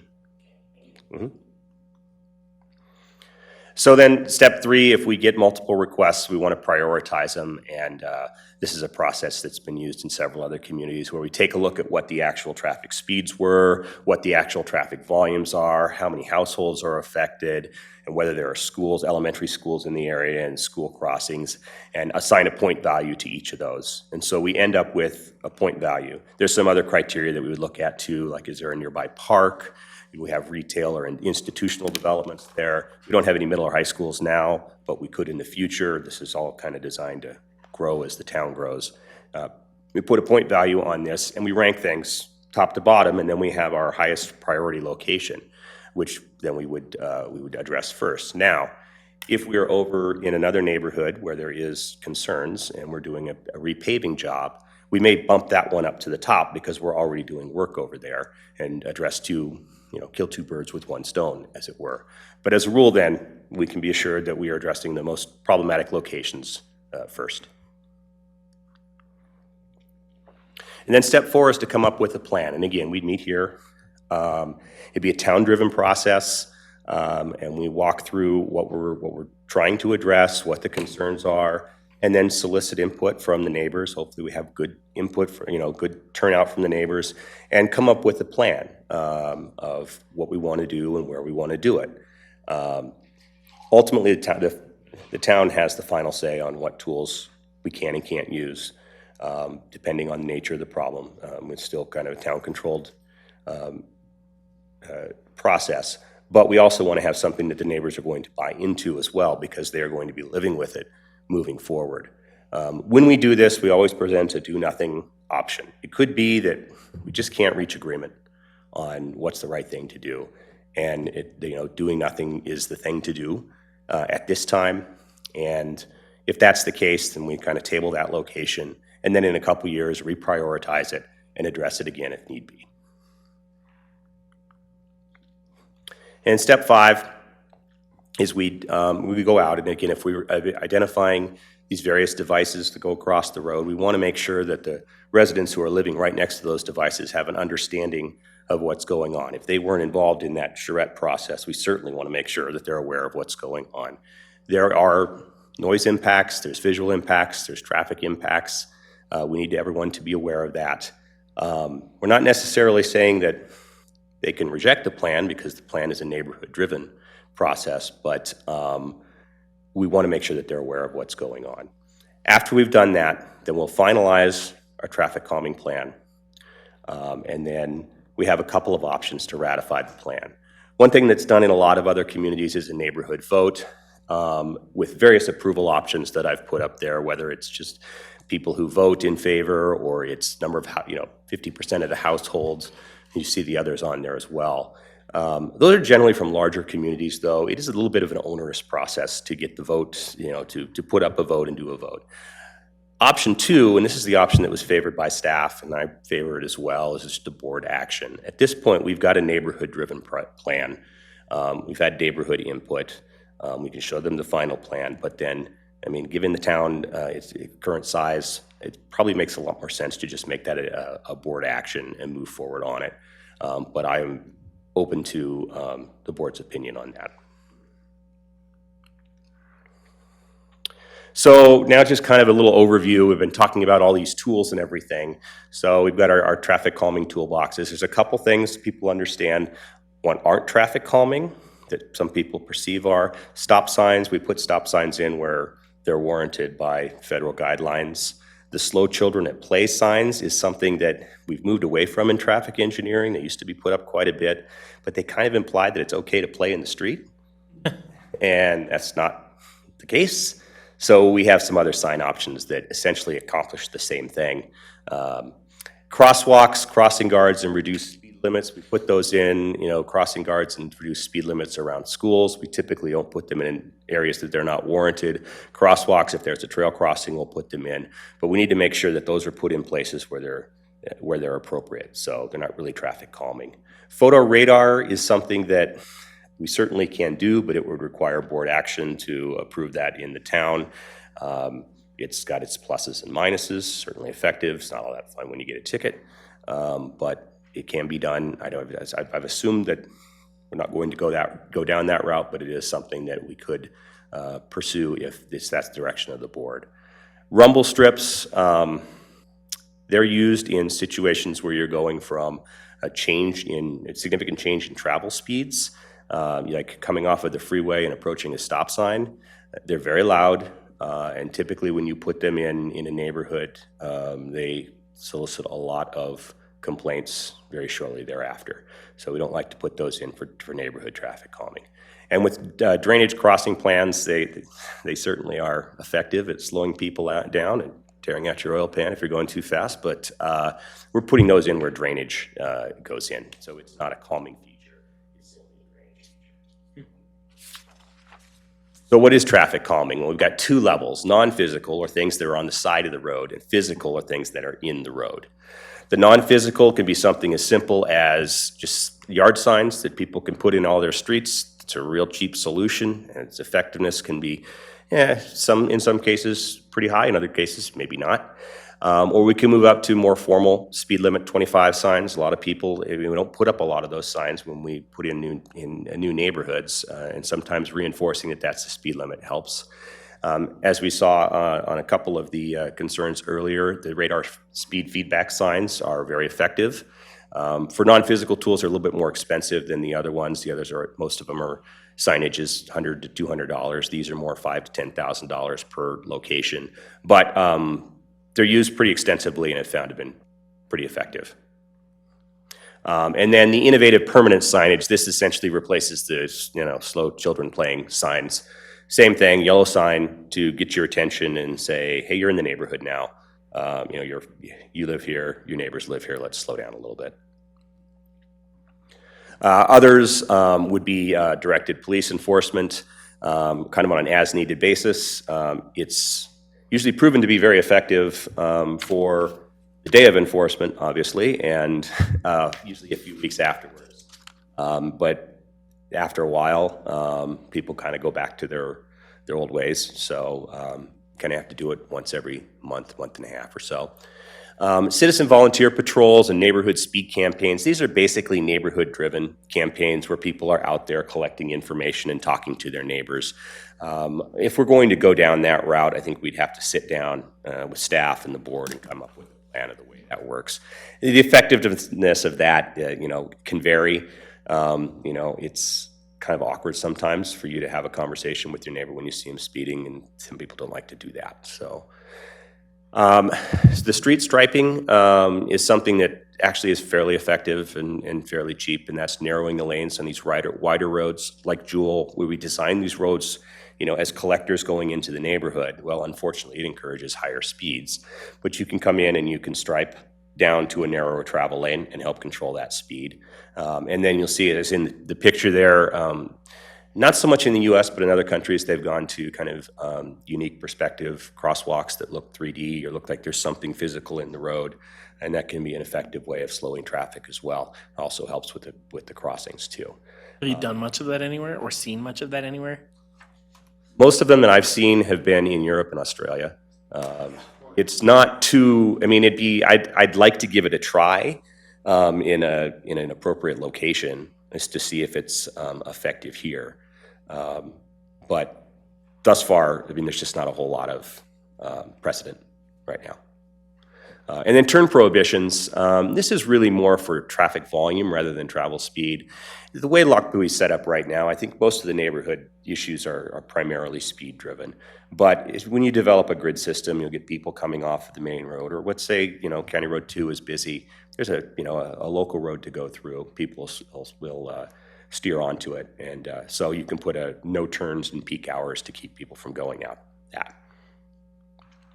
The second level of tools are, again, more physical tools, probably what people think of when they think of traffic calming, and these are, devices like curb extensions that physically narrow down the road, either mid-block or at an intersection. You can put in a street closure at locations to help from cut-through traffic. The painted and textured concrete at pedestrian crossings has proven to be an effective way to address any pedestrian issues, but also to keep travel speeds down. Diagonal diverters are like a road closure, except that they allow just right turns instead of through movements. So you're kind of partially closing a road. Medians, a very effective way of reducing the roadway width and addressing speeds, is often, as you see in that picture at the bottom there, it's done sometimes with striping on one side and a median on the other to help narrow the roads. Intersection bulb outs, narrow that crossing distance and slow down traffic. A pedestrian refuge island in the middle of the road will do the same thing. And then the devices that go all the way across the road. We have a raised crosswalk. You can do a raised intersection, or you can do speed humps, traditional speed bump, and speed tables. The latter two are relatively cheap. The issue with them is maintenance and snow removal. Anything that's physical across the road. Once there's snow on there, the plow drivers can, hit them once or twice, and then you have to go in and replace them. So maintenance can be an issue in a snow climate. And then lastly, there's other methods of narrowing the road. You can use planter strips, provide a little, softscape, do the same, achieve the same thing. Street trees and vegetation, another way to let people kind of know how fast they're going. If you've got that canopy over the road, gives you a better sense of how fast you're traveling. And then traffic circles, which are more the traditional traffic circle, not a roundabout, where you put in the center of an intersection and everyone it serves as essentially a four-way stop. You stop and look for someone and go around. I have a lot of those up in Seattle, and they're very effective at both speed and volume. So just as a sample of how we might go around doing this is just a neighborhood that I know. Couple of issues. We have a multi-use trail on the north side of the park there with a crosswalk. People are coming down the hill. There's speed and there's some cut-through traffic on that north-south road. And then on the south side of the park, we've got a crosswalk and a playground, and they're speeding along that road as well. They're both a little bit wide roads.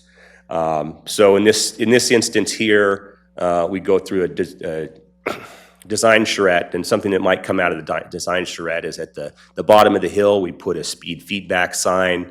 We're showing up there, and maybe we build some bulb outs and a textured crosswalk across the trail. It'd be a good place for it. Then maybe add some landscaping islands a little further south to narrow the road and address speeds there. And then at the intersection, put in more bulb outs and painted crosswalks to help control traffic there. And then on that east-west street, maybe a couple of bulb outs and crosswalk, and then some bulb outs over by the playground. All of these would be effective ways of addressing the various issues. But you put numbers to it, and you end up with the $75,000 solution to the problem. And that's where we as a staff would come in and say, okay, can we accomplish the same thing for a little bit more cost-effective solution? And so we reduced a few of the, the wish list items, and we still addressed the same thing by hitting our key areas with improvements, and then maybe instead of doing bulb outs or instead of doing landscape, we just do some signage there, and we can reduce the cost to something a little bit more reasonable. And this is really just kind of designed to give you an idea of how that process might work and how that final plan might look a little bit different than the initial plan, but I think we're still holding true to the desires of the neighborhood when we do it. And that's all I had to say in my presentation. I'd love to answer some questions that you might have. Am I to understand that none of these traffic calming solutions are going to be initiated until this 5-person petition is signed? Correct. We would want to make sure that we've got a petition that says at least 5 people feel there's a problem in this area. And then we would move to the next step and collect traffic data and confirm the problem and the extent of the problem. Thank you. Trustee Strack?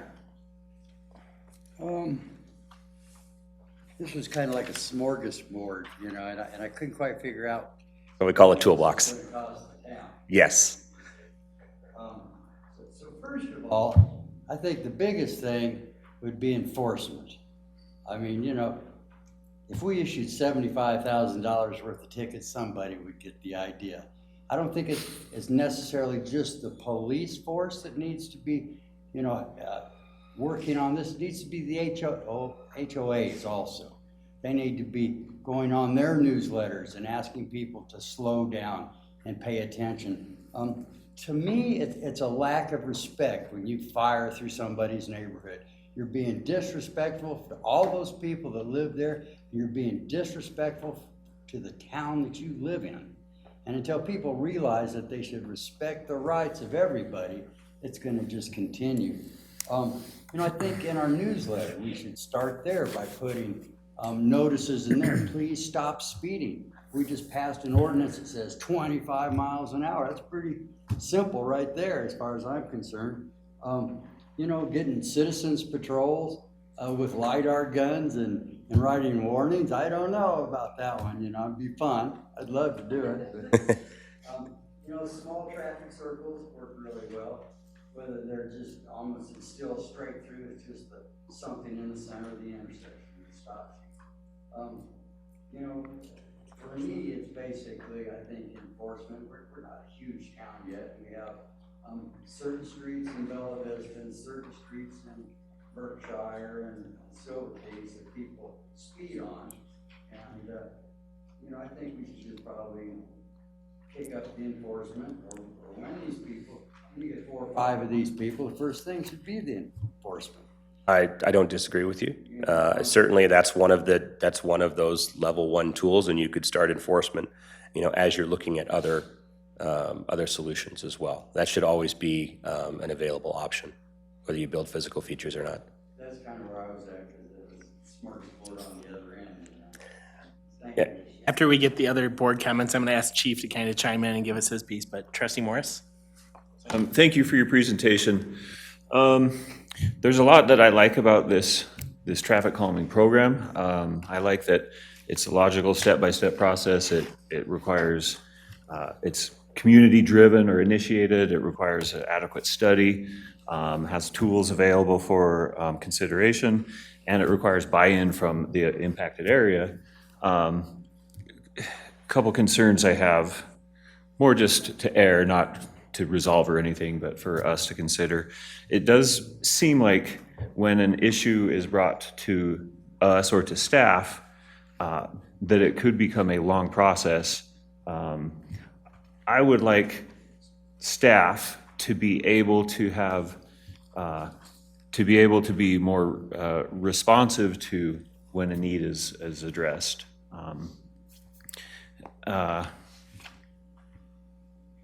I don't want staff to be subject to paralysis by analysis, so to speak.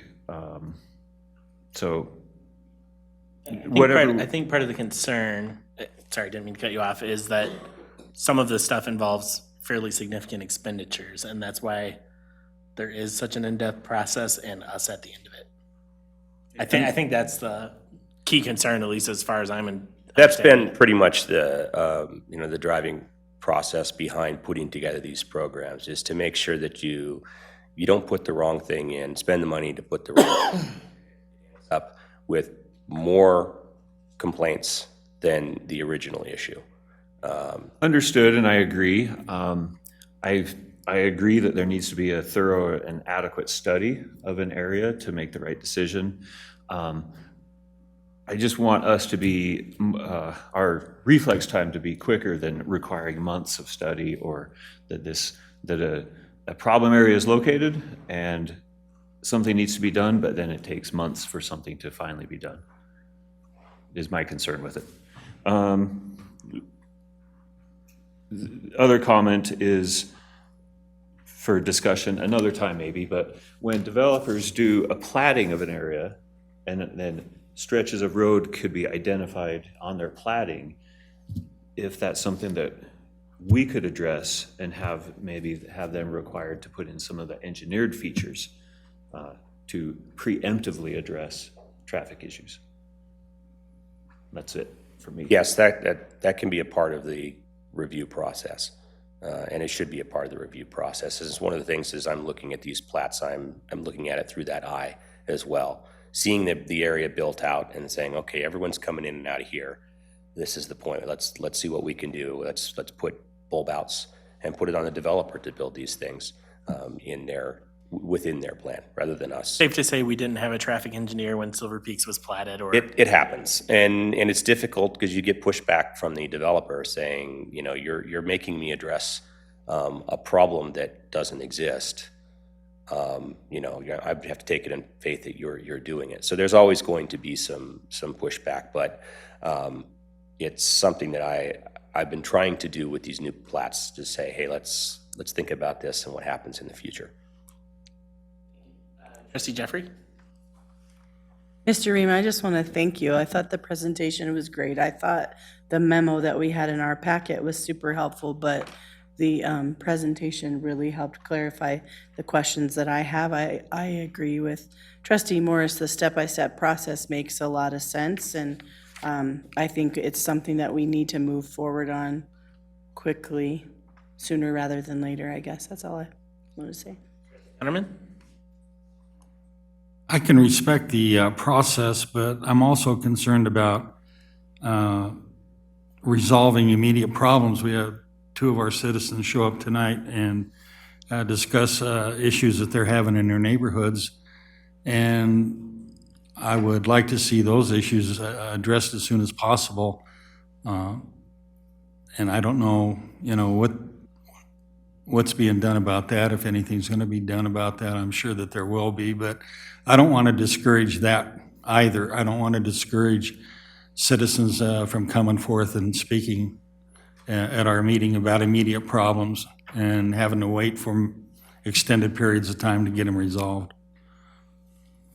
I guess what I would say is I really like the idea of this process. I think we should implement it as quick as we can. I don't necessarily know that I agree with Trustee Morris and Trustee Counterman's concern about making this process move really fast. I think there is a way of addressing these immediate concerns by passing them on to chief and upping enforcement and putting out those temporary speed signs that works as a temporary solution while we work through this slow and deliberate process. Slow and deliberate processes often get to good results. And I think necessarily increasing the pace of the process isn't necessarily going to mean better results or better action. I think it just means fast action. And that isn't necessarily the best way to decide where we should spend our money.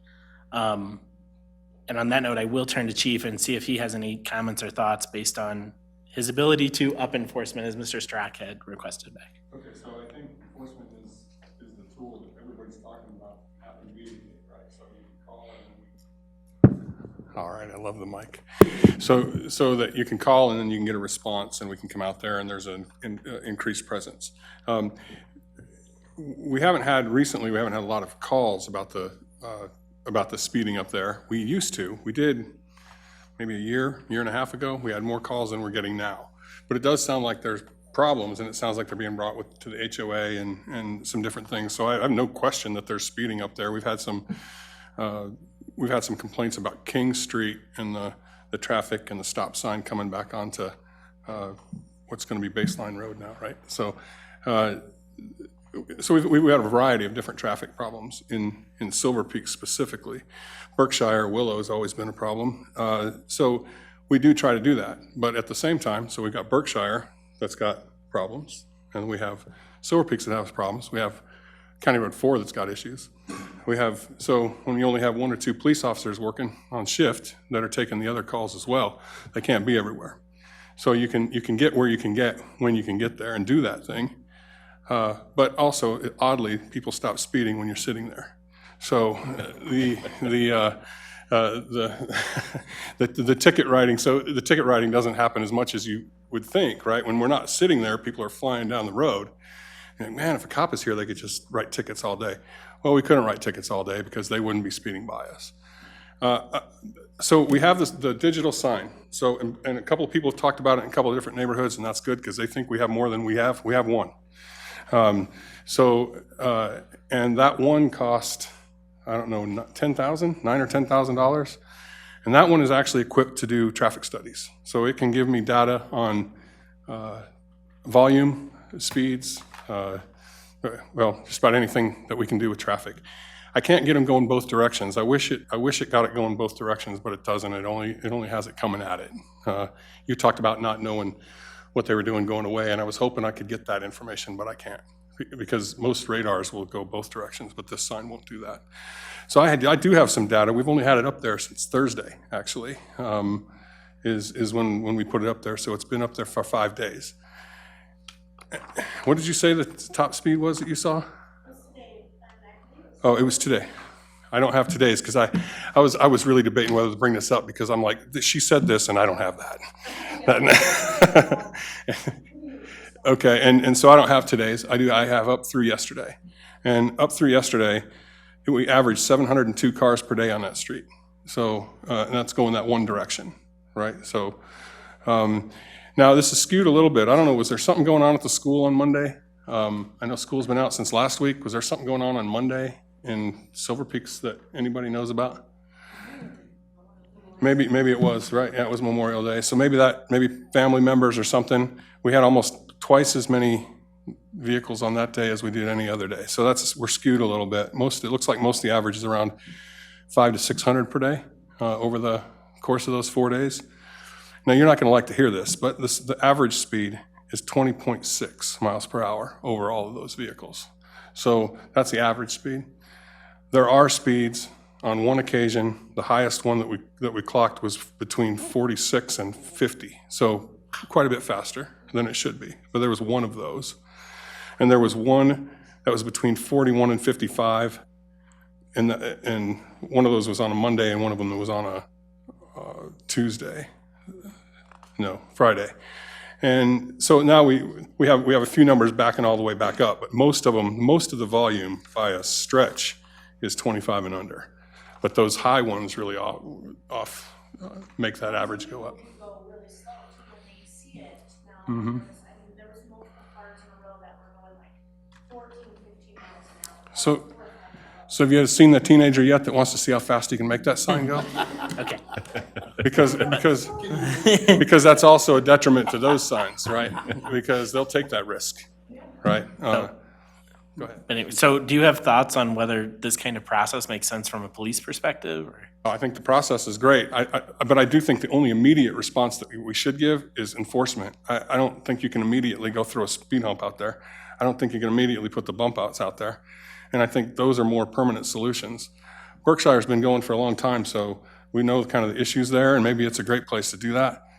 Silver Peaks, I don't know that we know what's going to happen there. I don't know if we know what that's going to look like when there's more build out. I mean, I know that Jewel and Jade are issues, but outside of that, are there going to be other places that are issues, or are there going to be places that are worse than that at some point after this develops and we see that things kind of shake out? I don't know.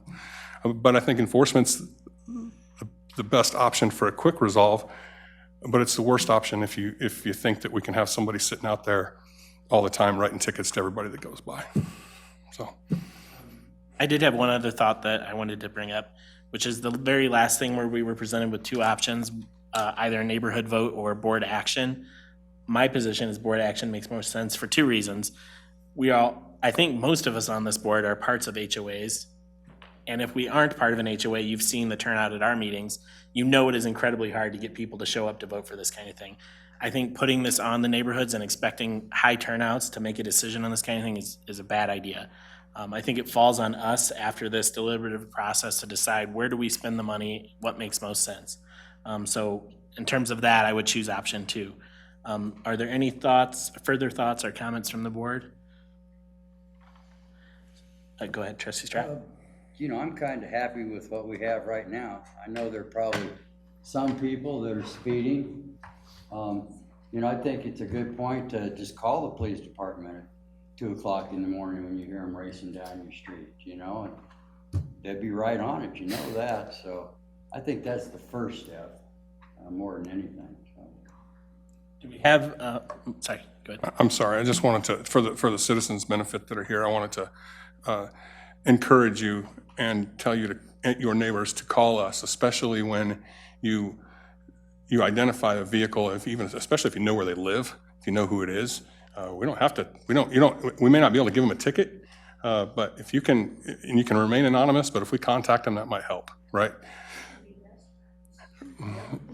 Well, okay, so, right. I do want you to call. I don't want you to think that if you call the police, that'll you get dispatched. I don't want you to think that, oh, I don't want to bother the police with this. That's the wrong thing to think. I know when I'm at home and something happens, it's just as much me not wanting to bother to get up and make the call as it is to call the police. But we all think, oh, we don't want to bother us, because that's what we're here to be bothered. So bother us, call us, let us help it. Let us help if we can, right? I think my thought about that is when they go screaming by. Yeah, they're already gone. I have to get to the phone. Right, what are you going to do? The next neighbor. Right, what are you going to do? Right, but the thing is, the police officer, when he gets the call, might be just down the road. Odds are against it, but it might happen, right? He might just be right down the road, and you say, well, there's this car, and if you got a color or a type of brown sedan, and he sees him, 2 miles down the road going away from where he was at, he can stop him. Anyway, so related to this, is there anyone who is opposed to giving staff direction to, oh, go ahead. I just wanted to make a couple comments, if you don't mind. Yeah. I don't know if you- Thanks, Mayor. So I have some familiarity with some of these programs in other jurisdictions that I've worked with. And ultimately, I think the beauty of this program is you get objective data and not necessarily just ad hoc responding to the citizens who are most upset on any given day, but you have objective data about where you have real problems in town. And this program, to me, is very much like a capital improvement program, because you could go throughout town and put traffic calming pretty much anywhere, and it would probably be beneficial depending on what you do and whether you have neighborhood buy-in. But one thing you haven't talked about, and I guess I'm really wanted to raise this issue, is this is a funding issue. I mean, it is very much like a capital improvement program. And what I'm familiar with is that some of the cities and the towns that we work with, they just basically put a budget into this program every year, and then based on that objective data, say, the biggest problems in Silver Peaks or the biggest problems in Berkshire, and that's what we're going to tackle this year. And I guess I would wonder, with a town this size and knowing what our neighborhoods are, which you would recommend to a community like this for an annual budget to start trying to pick off these problems on a prioritized basis? What would I recommend? For a town this size, and looking at the cost of the devices and the potential that each location that you look at may result in 2 or 3 devices, I think if you want to do 2 or 3 locations a year, you're looking at $25,000 to $50,000. What was our streets budget this year, Steve? Like 280 or something? Well, it's close to 400,000. Okay. You could go with a larger budget. I don't know if you would necessarily need it. I think, again, there's a process that's going to take some time, and I think doing 1 or 2 locations a year gives you a chance then to make sure that, go back and make sure that what you've done is correct, that the citizens there in that neighborhood are very happy with what happened, and which may help drive what you do in subsequent years as well. Anyone who's opposed to giving staff direction at this point to start laying the groundwork for this kind of program? And then at budget time, which is rapidly approaching since 2019 is quickly flying, we'll talk about what kind of money to put into it for next year. I'm not seeing any objections, so I think, trustee Straka. I just, I don't see it being worth the money right at this time. I think we should have citizens come forward and say, they're hauling ass down Bonanza Street, can you please do something about that?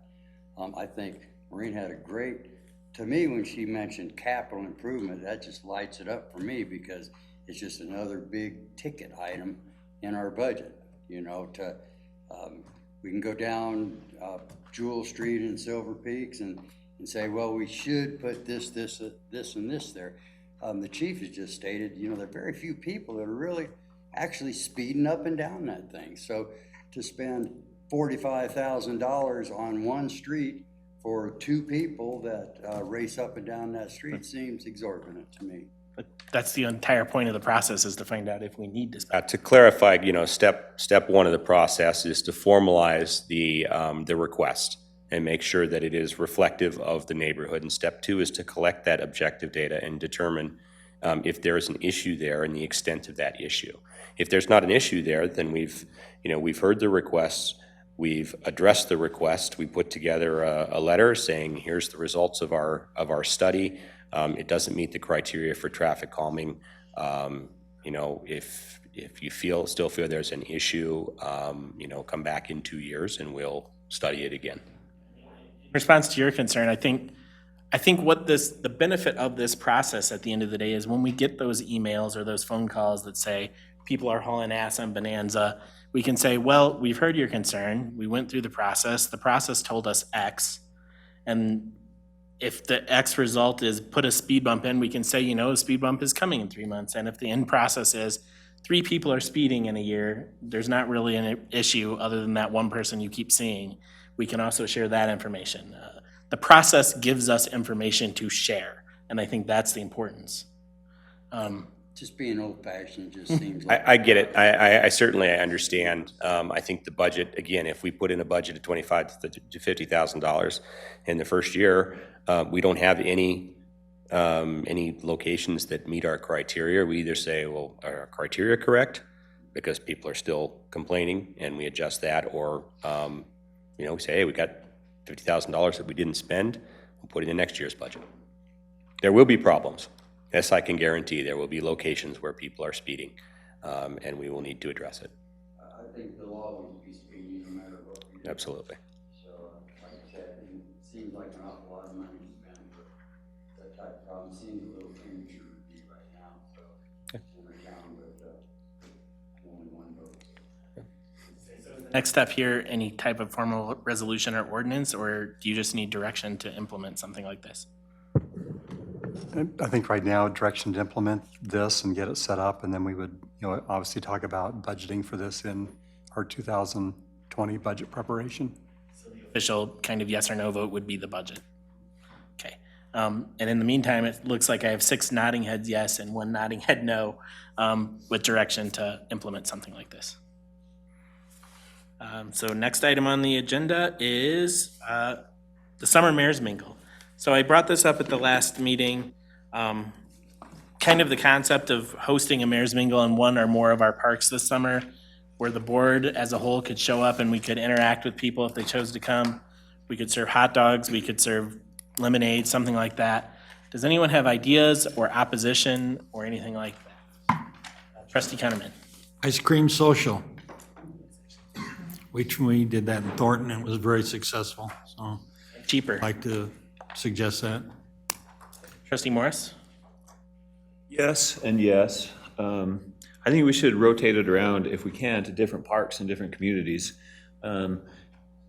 With anything we do, to get public participation or public involvement, we need to advertise it. And so just, if we address that, even as simple as putting posters at the entrances to communities with balloons hanging on, to drum up support, so that we get people to come and eat ice cream with us or whatever. My original idea had been trying to host one in each of the major neighborhoods.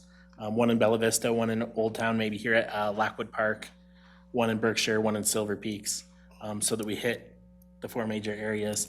That would require a time commitment on the board, so consider that as we plan this out. Yeah. Is this something that we could enlist the help of the events committee? In getting it planned? Yeah.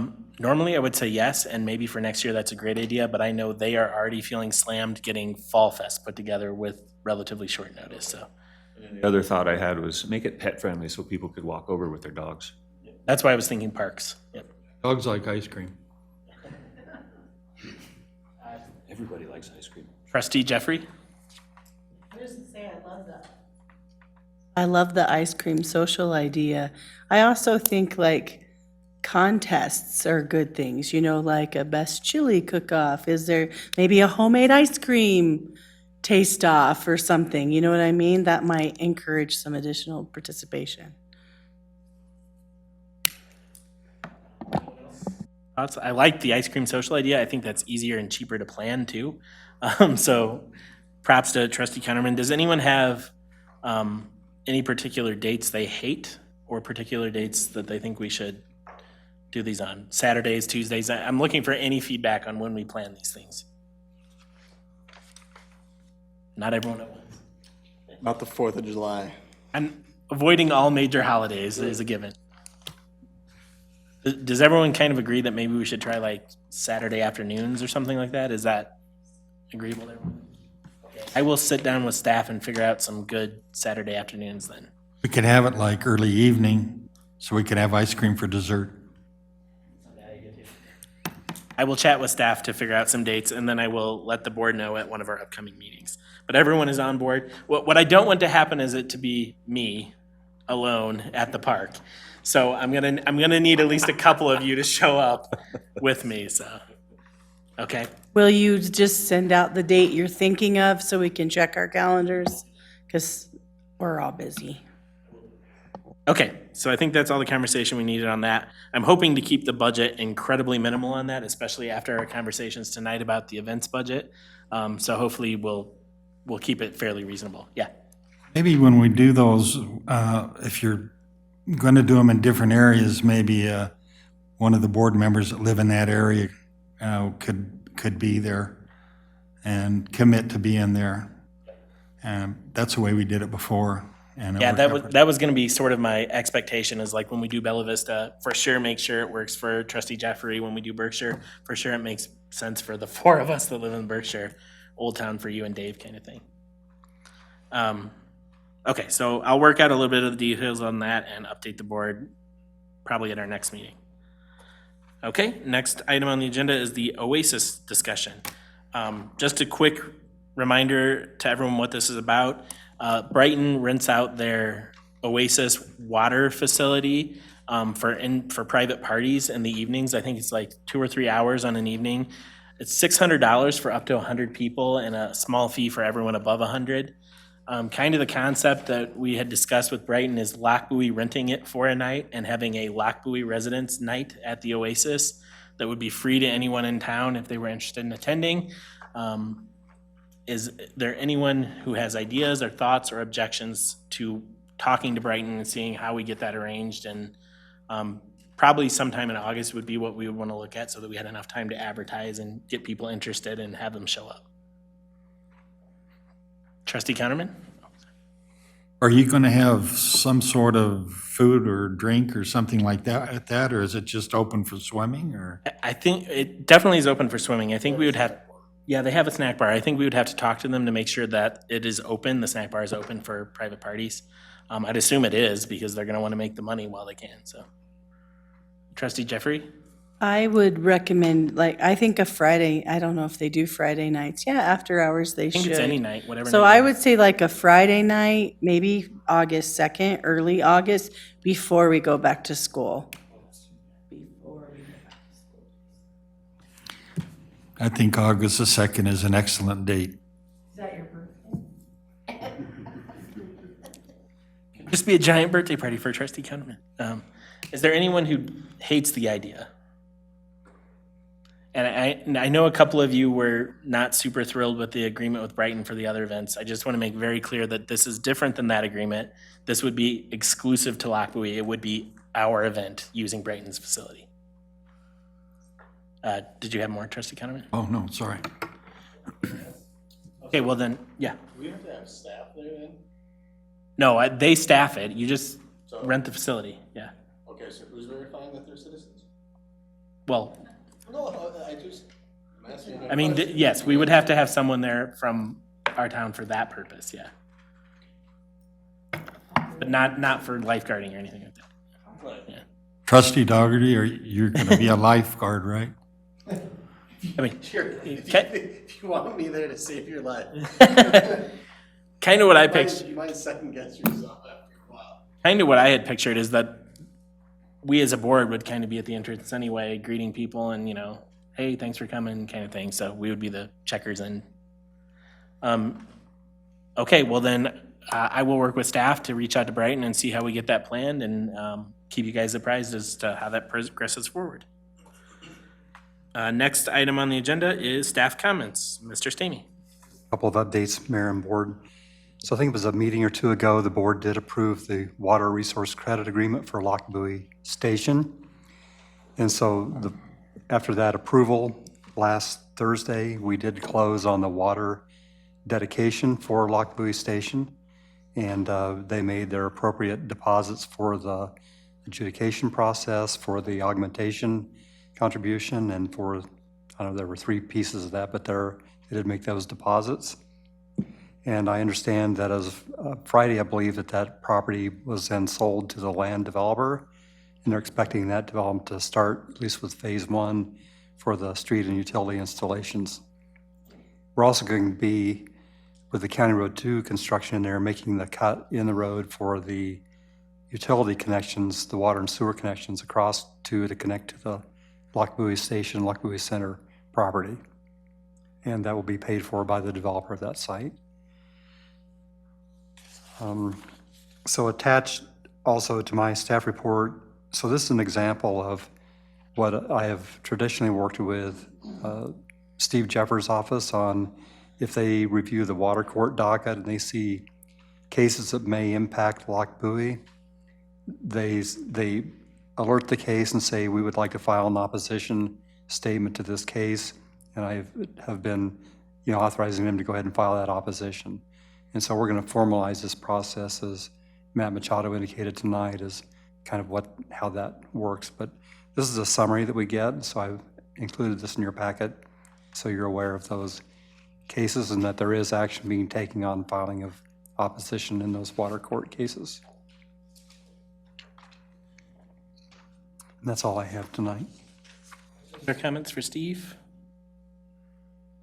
Seeing none. Since you're here, Chief, did you have any updates? Okay. Clerk Blackston, any updates from you? Okay, Mayor, trustee comments. Trustee Yatt? I have nothing, thank you. Trustee Doherty?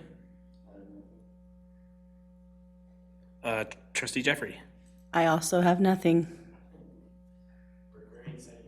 Trustee Stratt?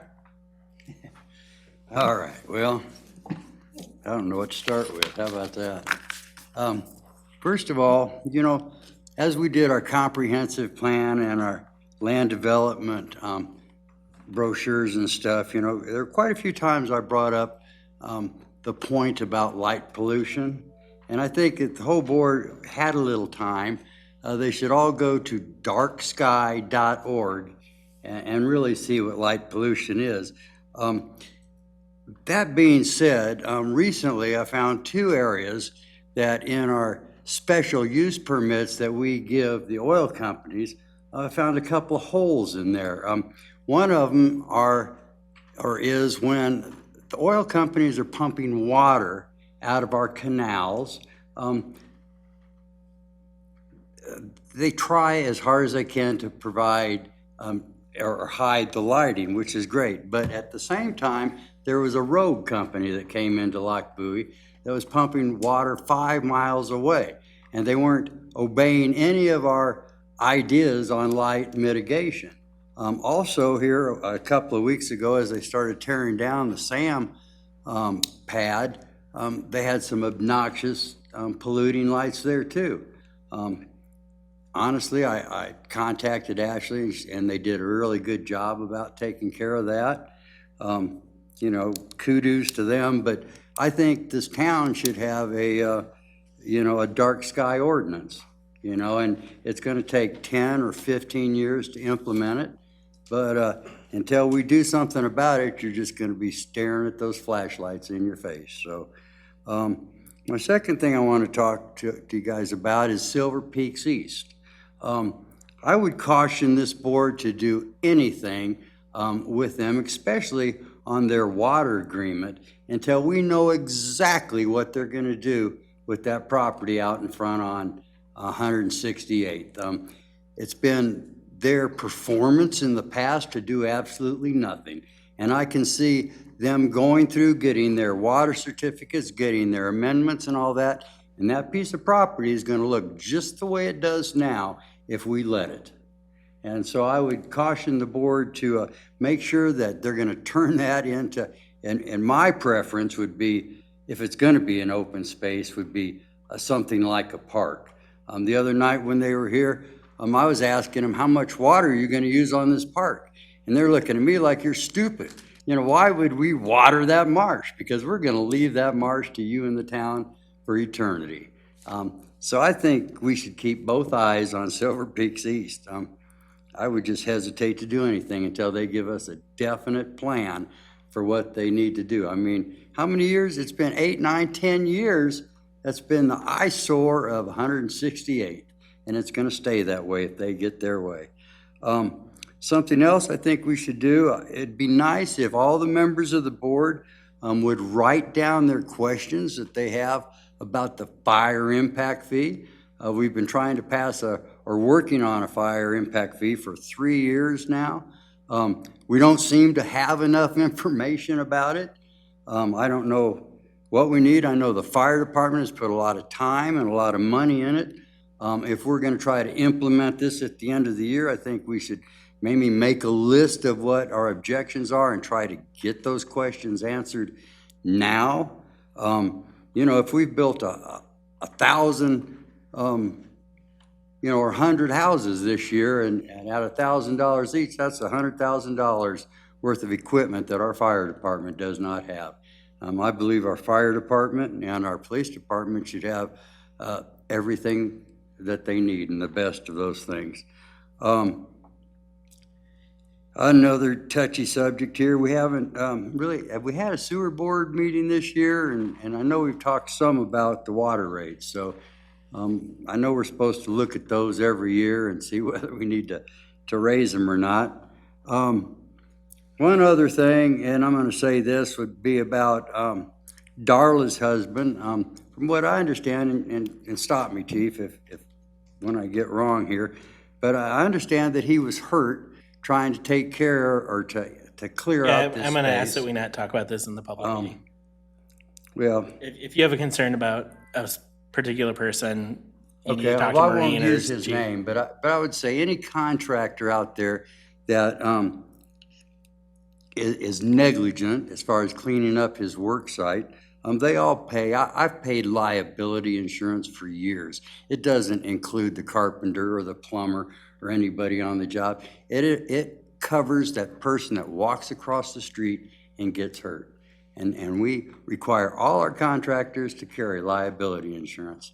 And I don't know if that's the appropriate thing or not, but it's been said, so that's all. Thank you. Trustee Morris? Well, after that impassioned speech, I don't have much, other than CML. There is a webinar tomorrow on opportunity zones, if anyone's interested, and then the annual CML conference starts on June 18th this year. So there's that. And actually, before I move to Trustee Counterman, Clerk Blackson asked me to check in with everyone who had planned to go to CML. If you are still planning to go and your dates are the same, please stop by and check in with Linda before you leave tonight. Let her know that so that she can get everything finalized and formalized with the hotels. So just check in, let her know if you're going or not going, and if your dates are still the same. Trustee Counterman. Met with the senior center board last Tuesday because we had mentioned about they might have a room for the events committee to work out of. I don't know if we're still interested in that or not. They have a space available. They have some conditions for us to use it, but I don't know if the events committee, the way it's forming up now, if they need that space to work out of or work in.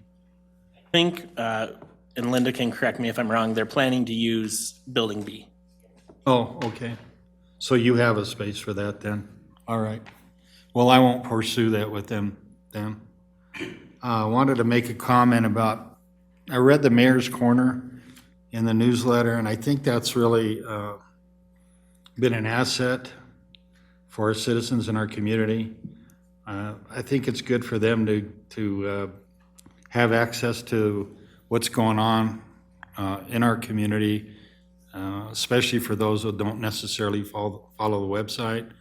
And I encourage you to continue that. I think it's great. I wanted to hit on this construction oversight that someone brought up earlier.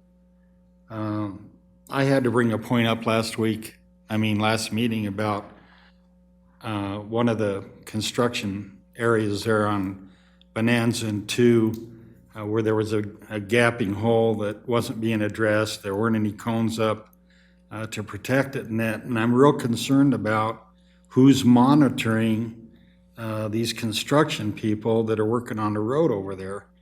I see a lot of trash. I see a lot of not follow-up, knockdown signs, problems keep persisting with the construction that's going on 2 there that I've noticed, and I'm real concerned about the oversight of the construction company that's working on that. I think there needs to be a better job done by whoever in the town or on the town staff is monitoring that. I think it needs to be done in a more efficient way. It's getting out of control. I don't know, it's beyond me that we have public works people, law enforcement people driving by these sites where these accident-prone areas are existing and not having them reported. I just don't understand that. I don't see that as we have to bring that up necessarily at a board meeting as a board member. I think we should have some resources out there that can identify these problems and address them with their staff members and get them resolved. That's all I have. I have a couple of quick things. I would just, piggybacking on that, if board members have concerns about things they're observing, email Steve and let him know, and it'll get taken care of. I mean, I'm doing a lot of that when I hear from people in Silver Peaks and Berkshire. When I notice things, I send Steve a quick email that says, hey, there's this concern. Can you get it addressed? And I usually hear back within a day. So just keep that in mind. I mean, that's part of our role as board members, is to keep staff advised if we're seeing things that they're overlooking for some reason. Other quick thing I had. Our next meeting is changed because of the CML conference. Our next meeting is June 25th. As it is currently planned, we have a very, very light agenda, so it is possible that we will change that into a work session for Trustee Strock and Trustee Doherty to present building code updates, as long as Safe Built can come that night. If not, please also calendar, July 9th, Steve? Please also put in your calendar July 9th at 6:30 p.m. for a work session. If we are unable to cover the building code stuff on the 25th, we will have a work session on July 9th. As it stands right now, the 25th will likely convert from a regular meeting into a work session for that presentation. I'm getting a look at this.